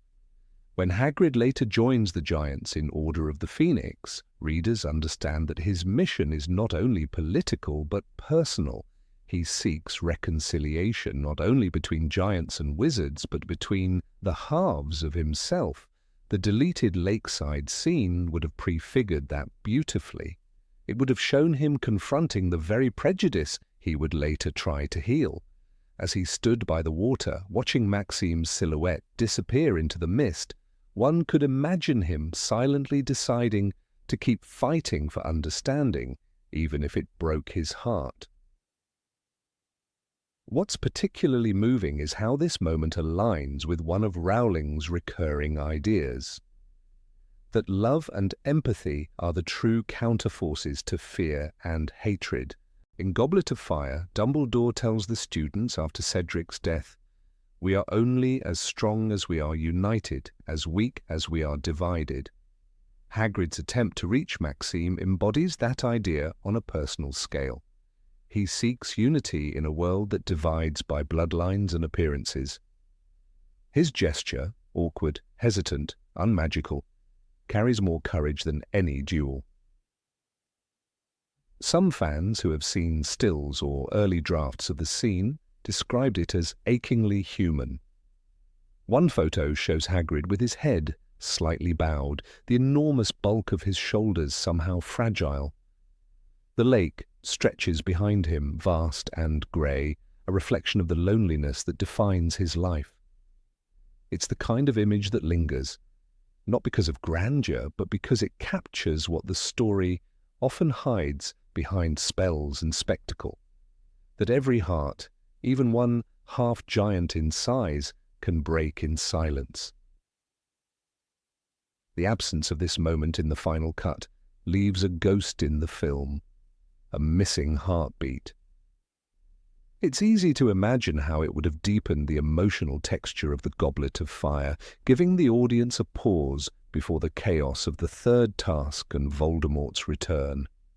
Amid the roaring dragons and deadly mazes, there would have been this single, quiet reminder that the real monsters of the world are not the ones with fangs, but the ones who choose cruelty over compassion. Number 21, The Last Glance. The deleted ending of Harry Potter and the Goblet of Fire was meant to leave audiences in silence, not applause. It was not the triumphant, hopeful finale we remember from the released version, the one where Harry says goodbye to his friends and Dumbledore assures everyone that Voldemort's return will not go unanswered. Instead, the original cut was designed to end on something eerily quiet, unsettling, and deeply symbolic. After Dumbledore's final words to Harry, the camera was supposed to linger inside the Great Hall. The students would have long departed, the feast ended, and the flickering candles above would dim one by one. There, at the far end, hanging beside the other portraits of Hogwarts staff, was a new painting, a portrait of Alastair Mad-Eye Moody. But the canvas was empty. In the story, Moody had just been rescued from the trunk in which Barty Crouch Jr. had imprisoned him for months. The imposter, using Polyjuice Potion, had lived Moody's life, spoken with his voice, even taught his classes. The idea of ending the film with a portrait that looked back at the audience, or rather refused to, was meant to underscore the lingering trauma of that deception. The scene reportedly showed only a faint flicker of an eye, deep in the shadows of the frame, as though Moody's true spirit was still trapped somewhere between worlds. It was a haunting metaphor for what the wizarding world had just endured, a moment that blurred the line between illusion and reality, between life and the sinister magic that imitates it. This ending would have been more than a visual flourish. It would have connected directly to one of J.K. Rowling's most enduring themes, identity and the corruption of it. In the book, Dumbledore tells Harry, "You have shown bravery equal to the best of them. You have shown selflessness and courage." But the film version softened what followed. The book lingers on fear. Dumbledore's tone becomes grave as he warns, "The time of hiding is over." The idea of showing Moody's empty portrait was meant to reflect that nothing at Hogwarts, not even the walls and portraits themselves, could be trusted anymore. The portrait, as described in concept notes, was painted in dark blues and browns with a heavy wooden frame scarred by burn marks. The empty chair inside was modelled after the one Moody used in class, slightly tilted a flask of polyjuice resting on a table nearby. The art department wanted to give viewers the impression that something, or someone, had just vanished from the painting moments before the camera arrived. The faint glimmer of an eye moving through the painted shadows was the only clue. That single movement was meant to suggest that the real Moody, after months of magical imprisonment, was still lost somewhere in the magical ether, not yet fully returned to himself. It was a powerful image, because the entire film had been about deception, transformation, and the masks people wear. The fake Moody was one of the most chilling villains in the entire series, precisely because he felt so genuine. Brendan Gleeson's performance sold the gruff humor and unpredictable energy that made the character instantly beloved, only for it to be revealed that the man we trusted was never Moody at all. Ending the film with his empty portrait would have forced audiences to sit in that discomfort, to understand that trust had been broken on a profound level. It would have echoed the feeling from the book's closing lines, where Harry reflects that everything was going to be different now. But the tone of the Goblet of Fire film had already tested limits. The Triwizard Tournament was thrilling, yes, but Cedric Diggory's death had cast a heavy shadow over the story. The return of Voldemort, played with icy menace by Ralph Fiennes, pushed the franchise into darker, more adult territory. The filmmakers worried that adding another layer of eeriness at the end would alienate younger audiences. Instead, they chose to fade out with Dumbledore's speech of unity, the scene in which he reminds the students that we are only as strong as we are united, as weak as we are divided. The alternate ending, while artistically rich, was considered too grim. Still, the very concept of the empty portrait fits perfectly within Rowling's universe. Portraits in Hogwarts are not simple paintings. They are fragments of consciousness, echoes that preserve something of the person they depict. When Dumbledore dies in The Half-Blood Prince, his portrait immediately appears in the headmaster's office. When Phineas Nigellus Black speaks from his frame, he carries memory and opinion. To show Moody's portrait empty was to suggest a terrible uncertainty. Perhaps Barty Crouch Jr.'s impersonation had corrupted even the magic that captures a person's likeness. Perhaps the false Moody's energy had replaced the real one, leaving a void where a soul should have been. It's not difficult to imagine the emotional power of that moment. The Great Hall, stripped of its warmth, would feel like a tomb. The banners celebrating the Triwizard victory would hang limp. The floating candles would sputter, their flames mirrored in the glassy surface of the empty portrait. Harry's footsteps would echo faintly as he leaves, and the camera, instead of following him, would drift toward that blank canvas. For a few seconds, the screen would be still. Then a flicker, an eye watching, and then blackness. That's how the movie would have ended, not with applause or comfort, but with a question that reached straight into the heart of the next film's terror. In the fifth installment, The Order of the Phoenix, Moody returns, gruffer, wearier, and visibly scarred by what he endured. It's easy to imagine how that deleted ending would have deepened his reintroduction. He is not just a soldier of the Order, but a man who has seen the edge of magical imprisonment and come back changed. His paranoia, so often played for dark humor, would have felt justified. He is the embodiment of vigilance. The eye that never sleeps, both literal and symbolic, is the reminder of what happens when vigilance fails. There's also an element of poetic irony in the deleted ending. Barty Crouch Jr., the man who impersonated Moody, used Polyjuice Potion to steal another man's face, and ultimately his soul. In Greek mythology, the loss of one's reflection or likeness is often a sign of being trapped in limbo. The filmmakers seem to draw on that tradition. The idea of Moody's spirit half existing in a painting was like a magical purgatory. He had been copied, drained, and nearly erased. The empty portrait was a visual metaphor for identity theft taken to the extreme, fitting perfectly into the mythic undertones Rowling's stories so often carry. Even the notion of a flickering eye in the painting holds meaning. Moody's enchanted eye in the books is famous for seeing through walls and invisibility cloaks. It's the eye of truth, the one thing Barty Crouch Jr. could never fully imitate.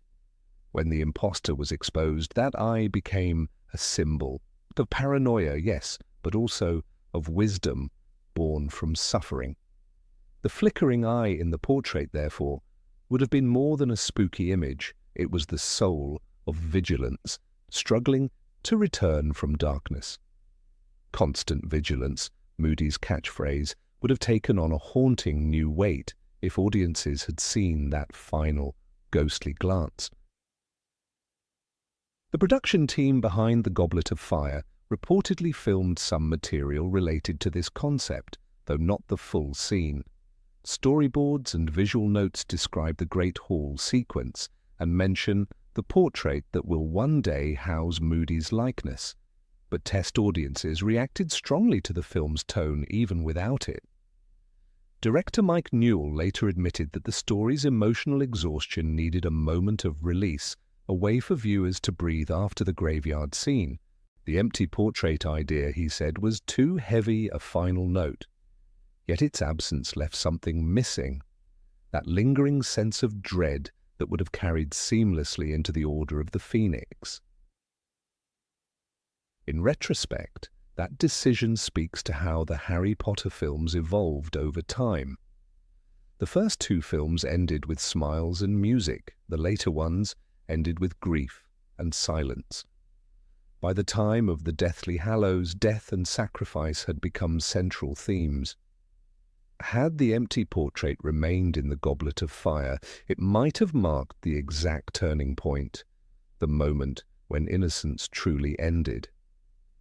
It was a missed opportunity to show that the real enemy was not only Voldemort, but the loss of certainty, the fear that even heroes could be replaced by fakes.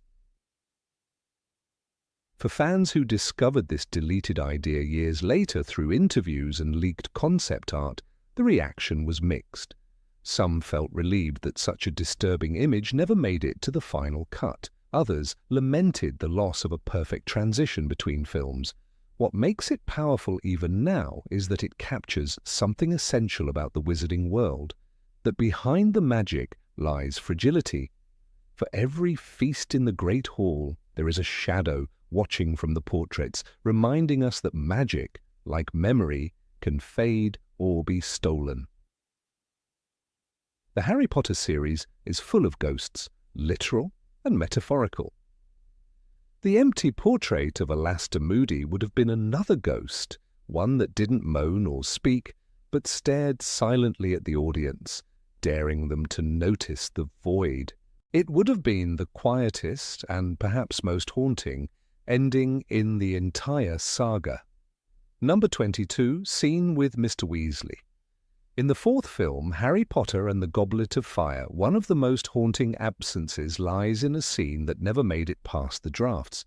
A quiet but powerful moment between Arthur Weasley and Harry Potter. The deleted exchange would have taken place shortly after the chaos of the Quidditch World Cup, when the laughter of the Weasley twins had faded and the tents stood torn under the smoky sky left by the dark mark. In that brief encounter, Arthur was meant to remind Harry of something essential, that evil, once awakened, never truly sleeps. It was not an action scene, not a magical duel, but a human one, where wisdom and fear coexisted in the same breath. That missing heartbeat of the story could have changed the entire emotional rhythm of the film. In the original draft, Arthur's line was meant to linger like a warning bell. What you saw, Harry, is a reminder. Dark times don't vanish, they only wait. This was not a mere piece of dialogue. It was the soul of the film condensed into one thought. The attack at the Quidditch World Cup was not simply a random act of violence. It was the first shudder before the storm, the return of a darkness that had been waiting beneath the surface of the wizarding world for over a decade. Without that scene, the moment passed too quickly, and the film lost the emotional bridge between the early chaos and the final horror of Voldemort's rebirth in the graveyard. Arthur Weasley was always more than a comic side character fascinated by Muggle plugs. He was one of the few adults in Harry's life who carried quiet wisdom without grandeur. His understanding of darkness came not from books or battles, but from experience. He had seen how fear corrodes even the kindest hearts, how ordinary wizards could become followers of darkness simply by standing aside.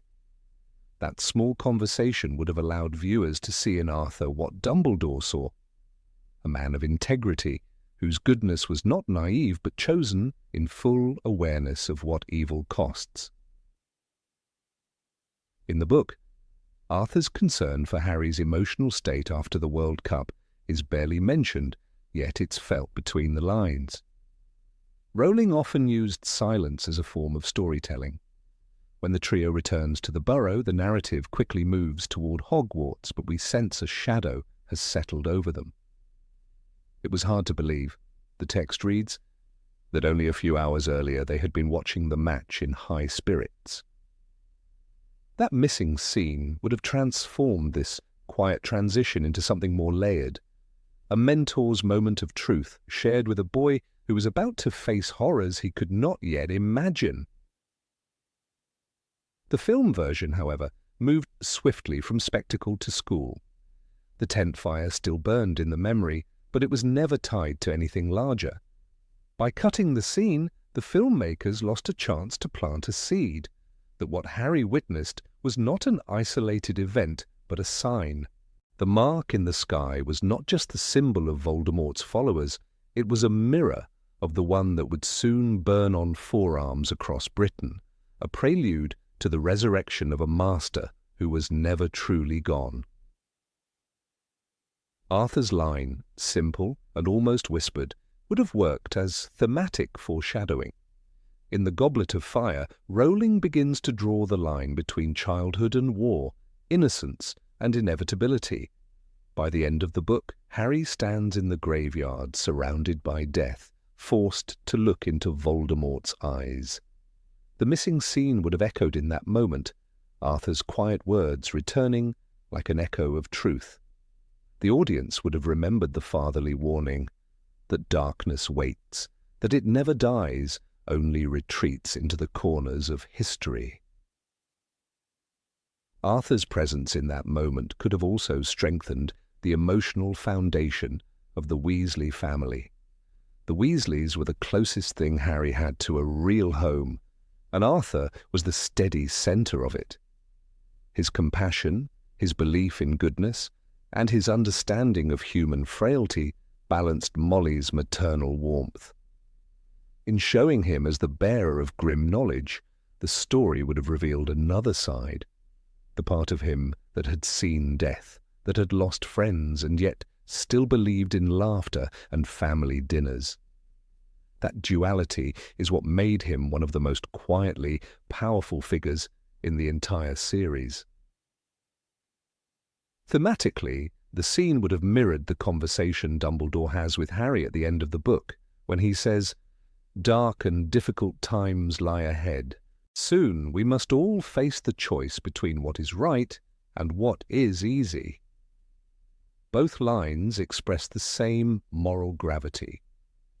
The difference is in perspective. Arthur's line would have been a warning from the ordinary world, from a man who still went to work at the ministry every morning, who saw corruption not in prophecies but in memos and policies. Dumbledore's words were for the chosen one. Arthur's would have been for the human being beneath the legend. There is also a narrative elegance in repetition. Had the film kept that early warning, the story would have felt more like a circle closing in. The film begins with a celebration, fireworks, cheers and colour, and ends in death, silence and grief. The same message could have linked both ends, that darkness is patient. In removing the line, the script left the first act without resonance. It became noise instead of prophecy. The viewer was shown fear but never told what it meant. The missed opportunity is not only emotional but structural. The Goblet of Fire marks the midpoint of the entire saga, the moment the tone shifts from adventure to tragedy. Every choice in this installment carries symbolic weight. By letting Arthur deliver that line, the story could have anchored its transformation in a familiar voice. Instead, the transition to darkness feels abrupt, from tents to tombstones, without the moral reflection that ties one to the other. In the book, Harry's trauma after witnessing the Death Eater's attack is understated. He does not fully grasp what he has seen, but the image of the dark mark remains in his dreams. Rowling writes, he knew, even without understanding it fully, that the symbol was a warning. Arthur's cut line would have made that understanding explicit, a direct confirmation that the mark was not only a message to the world, but to Harry himself. It would have reminded the audience that every symbol in the series carries both personal and collective weight, a warning to the world and to the soul. The power of a single line lies not in its length, but in its echo. Dark times don't vanish, they only wait. These words could have become one of the film's great quotes, alongside Dumbledore's reflections on death and choice. It's a sentiment that defines the Harry Potter universe. That evil is cyclical, and that ignorance is its ally. Arthur's line could have served as a quiet thesis statement for the second half of the series, preparing the audience for the shadow that would stretch across Order of the Phoenix and Half-Blood Prince. Visually, the moment could have been staged with restraint, the remnants of the camp smouldering in the background, children returning to their tents in silence, Arthur's expression heavy with something unspoken. A simple exchange under a fading dawn would have given more weight to the later scenes. To the graveyard, to Cedric's death, to the terrified faces at Hogwarts when Dumbledore declares Voldemort's return. The symmetry would have been perfect, a warning at dawn, a reckoning at night. The heart of the Harry Potter saga is not magic, but memory. The way lessons echo, the way people try to pass down understanding before it's too late. Arthur's missing line belongs to that tradition. It is the kind of wisdom Harry only learns through pain. The story of the Goblet of Fire is, at its core, a story about awakening. To evil, to mortality, to destiny. And that awakening could have been gentler, more poignant, had it begun with a fatherly warning instead of silent. That's why the absence of this scene feels heavier with time. When we rewatch the film, we see all the signs of approaching darkness. The camp's in chaos, the rising fear, the ministry's denial. Yet no one names it. Arthur could have been the voice that does. His words would not have changed the plot, but they would have changed the meaning. The moment would have reminded us that evil never truly returns. It simply reintroduces itself to a world that stopped paying attention. And for one brief second through the smoke and fear, Harry and the audience might have truly understood what was coming. Number 23, Panic After Crouch's Death. In the book, the moment when Harry stumbles across the broken wand and the still body of Barty Crouch Sr. is not merely a sudden narrative beat, it is the hinge upon which Hogwarts seems to shift into a dimension of fear. In the novel, the shock courses through the castle. Flurries of whispers and frantic footsteps echo through corridors as students press into the hallways, seeking explanations or simply company in the dread. That wider reaction, the clamouring mass of pupils in the halls, the turbulence among teachers trying in vain to contain panic, is almost totally absent in the film, where Harry simply finds the body and soon after the plot moves on. One might imagine a cut scene showing the great hall doors flung open, students streaming in and spilling into the entrance hall, faces pale, robes clutched like talismans. The murmurs rise. What happened? Why are the portrait frames shaking? In corners of that crowd, first years cling to older ones. Prefects stand frozen, uncertain whether to assume authority. That kind of scene would have given cinematic weight to what in the book feels like an eruption of catastrophe, rather than a silent pivot toward the third task. We can picture Professor McGonagall stepping into that chaos and raising her voice above the echoing voices, commanding students to return to their common rooms, reminding them of their duties, the need for quiet and order. In a moment, the hall would stiffen. Almost everyone turns, stares after her, then begins the slow tide back toward the dormitories. That single gesture would mark the boundary, the threshold where fear is recognized, controlled, but not quelled.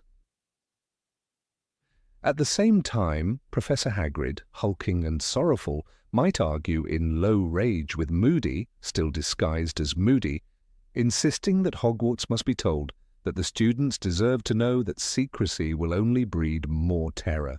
Moody, bound by his own hidden allegiance, would insist that everything is under control, though his voice would tremble. Their conflict, the gruff giant against the suspicious Aura, would echo the larger war between truth and lies. The students around them might freeze, hearing fragments of disagreement they weren't meant to, sensing fissures in the faculty's calm.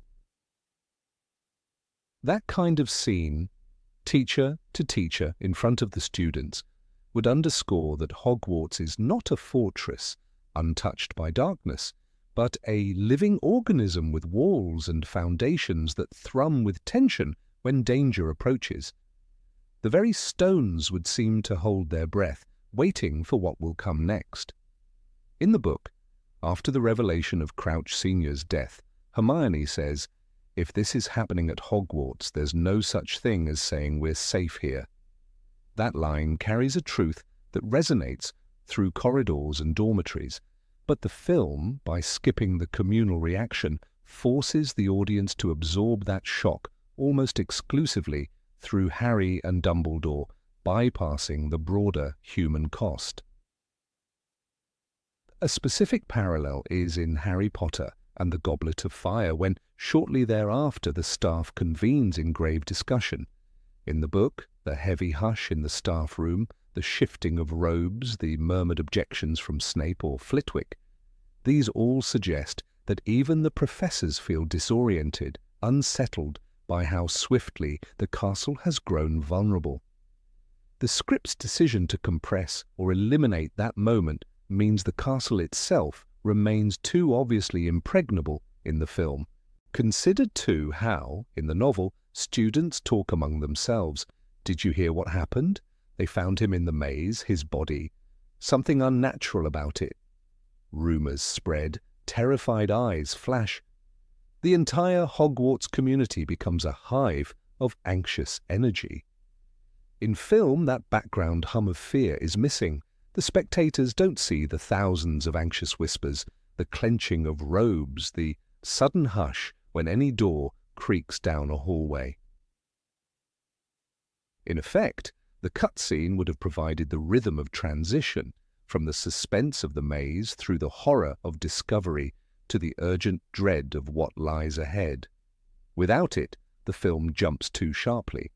One moment Harry is rescued, the next he is bargaining with Dumbledore, leaving viewers trembling in mid-air rather than grounded in the emotional gravity of that death. The book also describes how Dumbledore walks slowly down corridors after the discovery, his face pale, his shoulders heavy. The portraits in the castle whisper among themselves. Even Peeves is quiet for a moment. The entire castle is aware.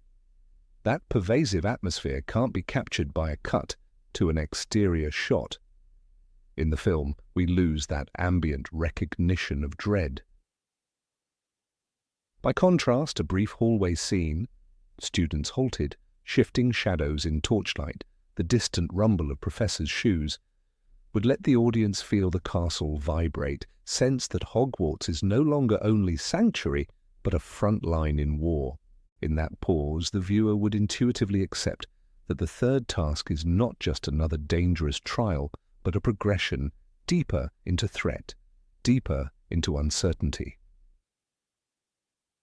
Additionally, if we had seen McGonagall's trembling voice or Hagrid's fierce grief in front of students, the viewer would understand how even those we thought stable are shaken. That would humanize the staff, not just stoic guides, but flawed humans caught in a crisis, trying to navigate fear in real time. The film's removal of such a scene leaves staff almost superhumanly composed immediately after crisis. In one imagined moment, a student might stumble, trembling half-vomit with shock. Another grips the wall, tears in eyes, whispers, "He's dead, Barty Crouch is dead." A prefect might offer a trembling reassurance, though believing none. That kind of detail, though trivial in isolation, stitches together a tapestry of tension. Without it, the film feels as though the death was just another plot point, not a tremor that echoes through every stairwell. Indeed, the cutscene could have shown younger students clutching curtains, older ones passing handkerchiefs, whispers of "who could do this?" Will it come here next? Giving the viewer a patient moment to feel the scale of that dread. It is the silence in the eye of the storm before the next blow that deepens tension. Its absence accelerates the pace but loses the weight. Even for Harry, hearing distant sobs, seeing flickers of movement in corridors before approaching Dumbledore, that would ground his terror in surroundings. The film, confining itself to Dumbledore's office, isolates him. In the novel, his shock reverberates outward. What happens to Harry is inseparable from what happens to Hogwarts as a whole. A telling example, at one point Professor McGonagall in the book muses in private that the castle must now be watched, that security must rise, that students must feel safe even when safety is impossible. That internal debate is quieter in the novel but feels consequential precisely because the wider panic has already been established. In the film, that gesture feels more arbitrary. There was no visible reason to take such measures, since the moral shock wave was hidden from view. The removal of this scene thus dilutes not only the emotional resonance of Crouch's death, but also the sense that Hogwarts is slipping from innocence into danger. The viewer enters the third task not from a place of dread, but through a jump cut. The trial begins before its emotional foundations are laid. The castle's walls remain aloof, not haunted. Had that hall scene remained, the progression into the final stages of the tournament would feel organic. The castle breathes, pulses, convulses, and the audience is caught in its chest. Instead, we pass over that heartbeat and slip into confrontation prematurely. The depth of fear, the breathing pause before war, is lost. Thus, in imagining that cut moment at mass fear in corridors, teachers struggling with authority, McGonagall's sharp command, Hagrid's conflicted outrage, one sees how much texture was sacrificed. It would not merely dramatize the event, but anchor it.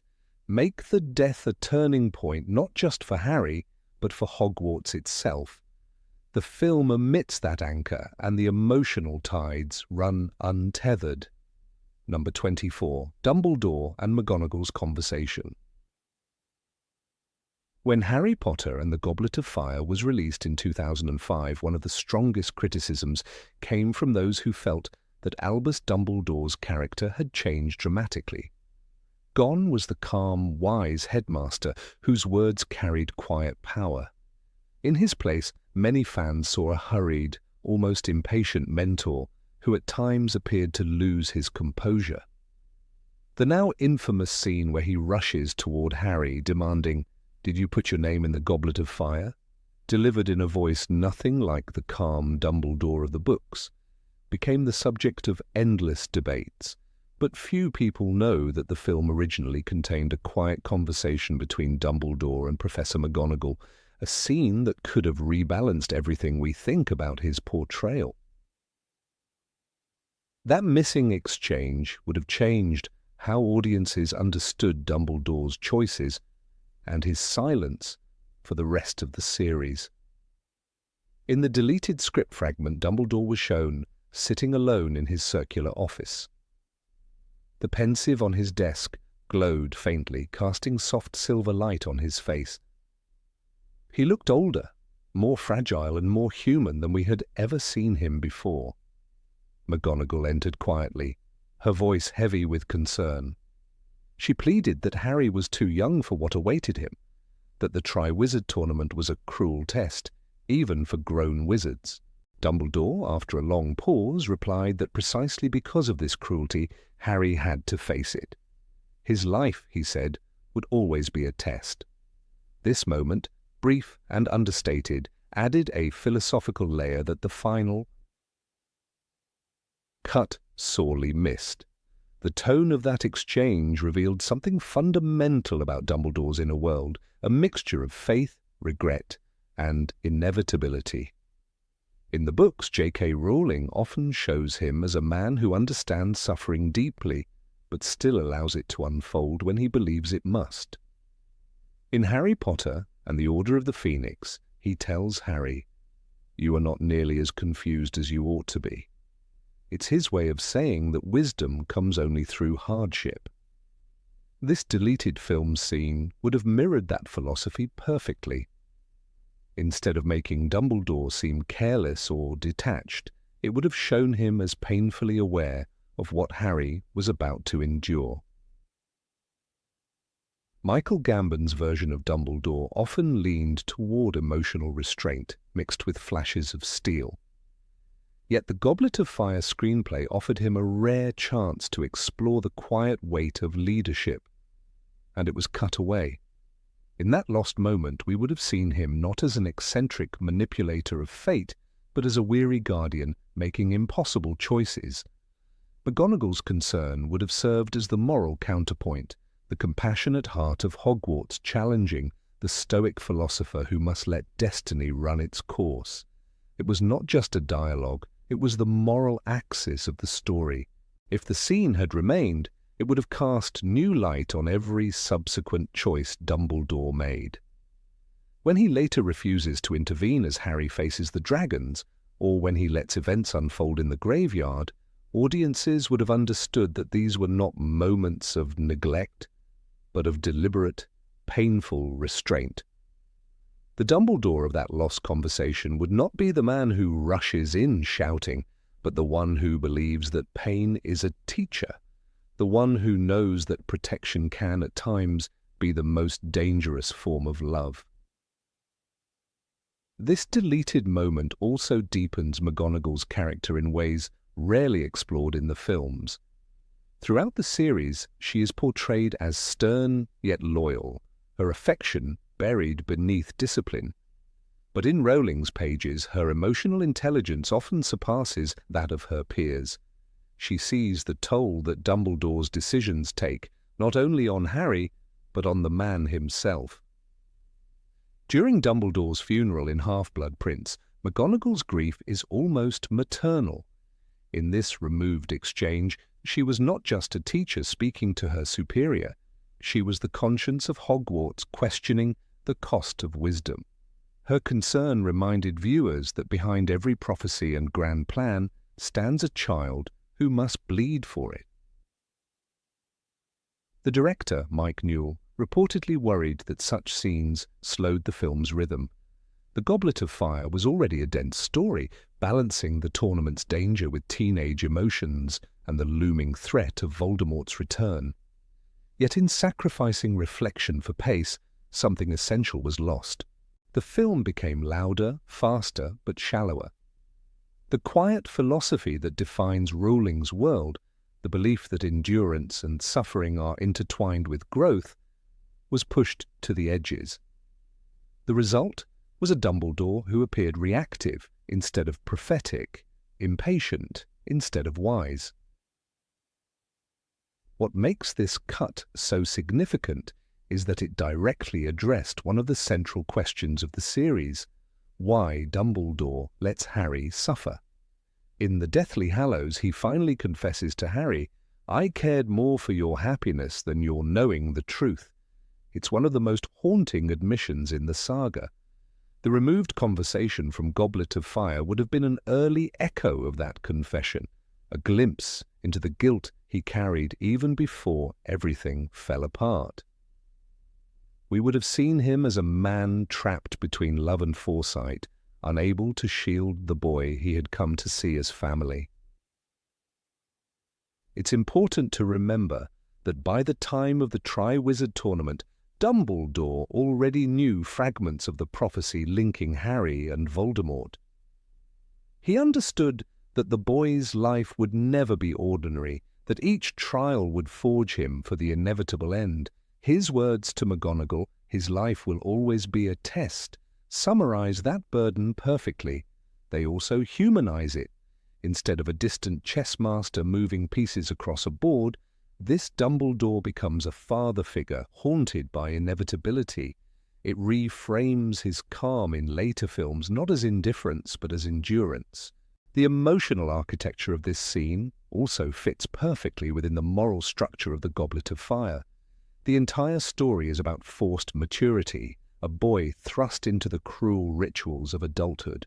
From facing dragons to witnessing death, Harry is dragged into the harsh reality that courage and suffering are inseparable. Dumbledore's quiet admission would have aligned the audience's emotional understanding with his. It would have told us that this was not neglect, but preparation, not indifference, but faith in the boy's strength. Without it, many viewers misread his detachment as coldness. In Rowling's narrative universe, mentorship always carries tragedy. Sirius tries to be a father and dies. Lupin offers guidance and is taken away. Dumbledore, meanwhile, endures, but at a cost. The removed dialogue captured that quiet martyrdom better than any grand speech could. By choosing to let Harry face the darkness, Dumbledore condemns himself to lifelong guilt. The burden of wisdom isolates him. That is the core of his tragedy, and it is why he tells Snape later, "Do not pity the dead, Harry, pity the living, and above all, those who live without love." That wisdom was born not of serenity, but of suffering. The visual direction of that lost scene, as described in production notes, emphasized stillness.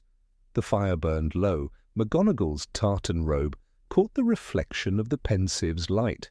Dumbledore's hand trembled slightly as he set aside a quill. These tiny gestures, never seen by audiences, would have given physical shape to his inner exhaustion. It would have shown that the greatest wizard alive was, at heart, a man nearing the end of his strength. It would have added a dimension of mortality to a figure often treated as myth. There is also something profoundly thematic in the idea that this conversation was cut.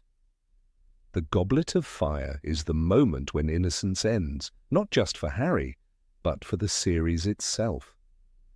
The return of Voldemort, the death of Cedric Diggory, the shattering of safety, everything turns darker.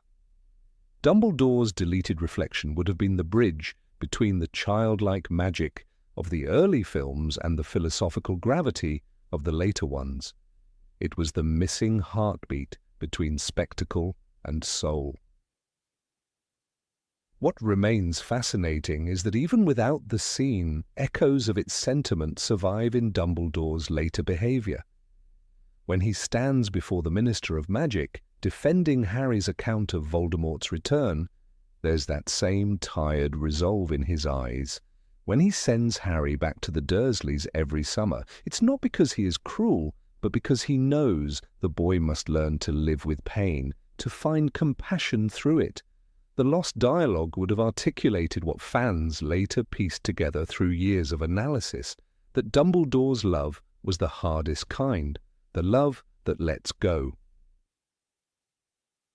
If we imagine this scene restored, it changes how we read the entire arc of Dumbledore's life. The man who seems so composed in Half-Blood Prince is no longer serene by nature but disciplined by guilt. His mentorship of Harry becomes a form of penance for his sister Ariana, for Grindelwald, for every mistake born of pride. That quiet moment with McGonagall becomes not just advice about a tournament, but a confession disguised as strategy. He knows that he is condemning Harry to pain, yet he believes it's the only path that will save the world. The irony of it all is that this brief, meditative exchange might have required only a minute or two of screen time. But within that minute lay the emotional logic of the entire saga. By showing Dumbledore's weariness and McGonagall's compassion, the audience would have understood that behind every trial Harry faced stood a painful, necessary choice made by those who loved him. The film might have gained more than rhythm, it might have gained a soul. Number 25, The Champions' Dinner. Imagine a moment, hushed and pregnant with tension, when all four champions, Harry, Cedric, Fleur, Victor, sit at separate tables in the vast great hall, the candles flickering overhead, the hall filled with polite murmurs of guests, but in their corner a pocket of silence. Harry's fingers drum the polished wood of the table. Crum's jaw is set, his eyes locked on some distant point beyond the walls. Fleur appears composed, chin raised, mask of poise unshaken. Cedric offers a small, encouraging nod across the gap, warm and simple. It is a tableau of contrasts, fear, resolve, calm, camaraderie. And yet, no words are spoken. This was to be a scene filmed, or at least sketched, before the first task in Goblet of Fire, but ultimately excised or heavily trimmed. That quiet moment would have offered a rare breathing space in the film's momentum. After the whirlwind of the goblet scene, the public announcement, the crowd's roar, the sudden burden of expectation, the momentum pushes relentlessly forward into the first trial. Audiences are thrust into action, the dragon, the scramble. But here, before all that, the camera would linger on the champions' faces, granting us insight into what lies behind their masks. Harry's nerves, Crum's intensity, Fleur's strategic calm, Cedric's friendly confidence. We would sense that each of them carries a different inner weight, a different perspective on what it means to compete, what danger really means. In the novels, J.K. Rowling often gives small but telling glimpses of internal states between grand events. Harry's heart beat faster as he approached the dragons, or Cedric's face was calm, too calm, as if he already counted the task done. These little windows of silence, these unspoken seconds, teach us as much as lines of dialogue. Yet in the film version of Goblet of Fire, such pauses are rare. The pace is brisk, transitions swift. A scene where the champions scarcely speak but simply sit opposite each other might have felt too static, too slow, too dead space, and so may have been judged dispensable by editors. But think of how rich a single beat of silence can be in cinema. When the camera lingers on Harry's face as he glances up, the shot might catch the trembling of his lips or the tension in his shoulders.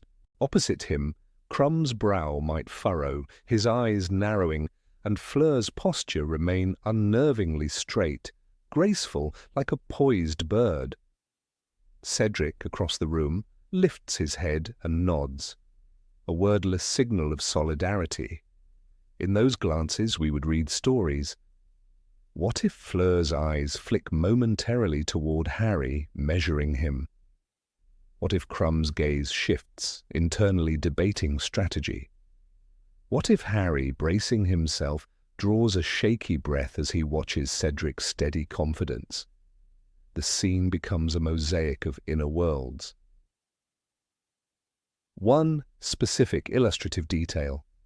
Imagine Harry in that silent moment, his scar tingling slightly, his heart thumping so loud he can hear it in his ears, just before he steadies himself and forces his face to calm. The camera zooms in, observes the faint quiver in his hands. Meanwhile, across the hall, Cedric's expression flickers with warm encouragement. Fleur tilts her head slightly, assessing. Crumb leans forward, fists resting on the table as if already in competition. Each glance, each shift in posture, each heartbeat becomes communicative. The audience senses that Harry is not alone in his fear. Each champion, too, hides their own storm. By contrast, the published screenplay and resultant film, constrained by run-time and the need to mount spectacle, omit such a pause. The film leaps from dinner to announcement to the night's sleep and to the first task. There is no quiet moment of four tables, no slow scrutiny of faces, no orchestration of silent tension. That choice, likely practical, robs the narrative of a stillness that would deepen emotional texture. In movies, action often overshadows quiet, but those very interstices, the pauses, the breaths, the unspoken glances, are where characters live most vividly. Removing that beat tightens the pace, ensures momentum, but risks flattening character. Instead of four people carrying their own weight, the film sometimes treats them more as functionaries moving through a sequence of trials. We see Crumb fighting a dragon, Fleur diving underwater, Cedric navigating a maze, Harry doing all three. But we lose a moment when they exist not in action but in anticipation. That moment would dramatize that anticipation is itself a trial. In Goblet of Fire, as the book describes, champions stand before the dragon 20 feet from the scrape, waiting, hearts pounding. In that stretch, the world holds its breath, but the film moves fast, the dragon, the fire, the escape. The silent dinner might have mirrored that stretch of waiting. Think of the way Rowling writes of moments before Hogwarts Express departure. He stood on the platform, heart in his throat, watching families wave their goodbyes. The energy is not in what happens, but in the weight of what is yet to come. This cut scene would mirror that structural impulse. Moreover, that dinner tableau would subtly reinforce how different each champion's relationship to risk is.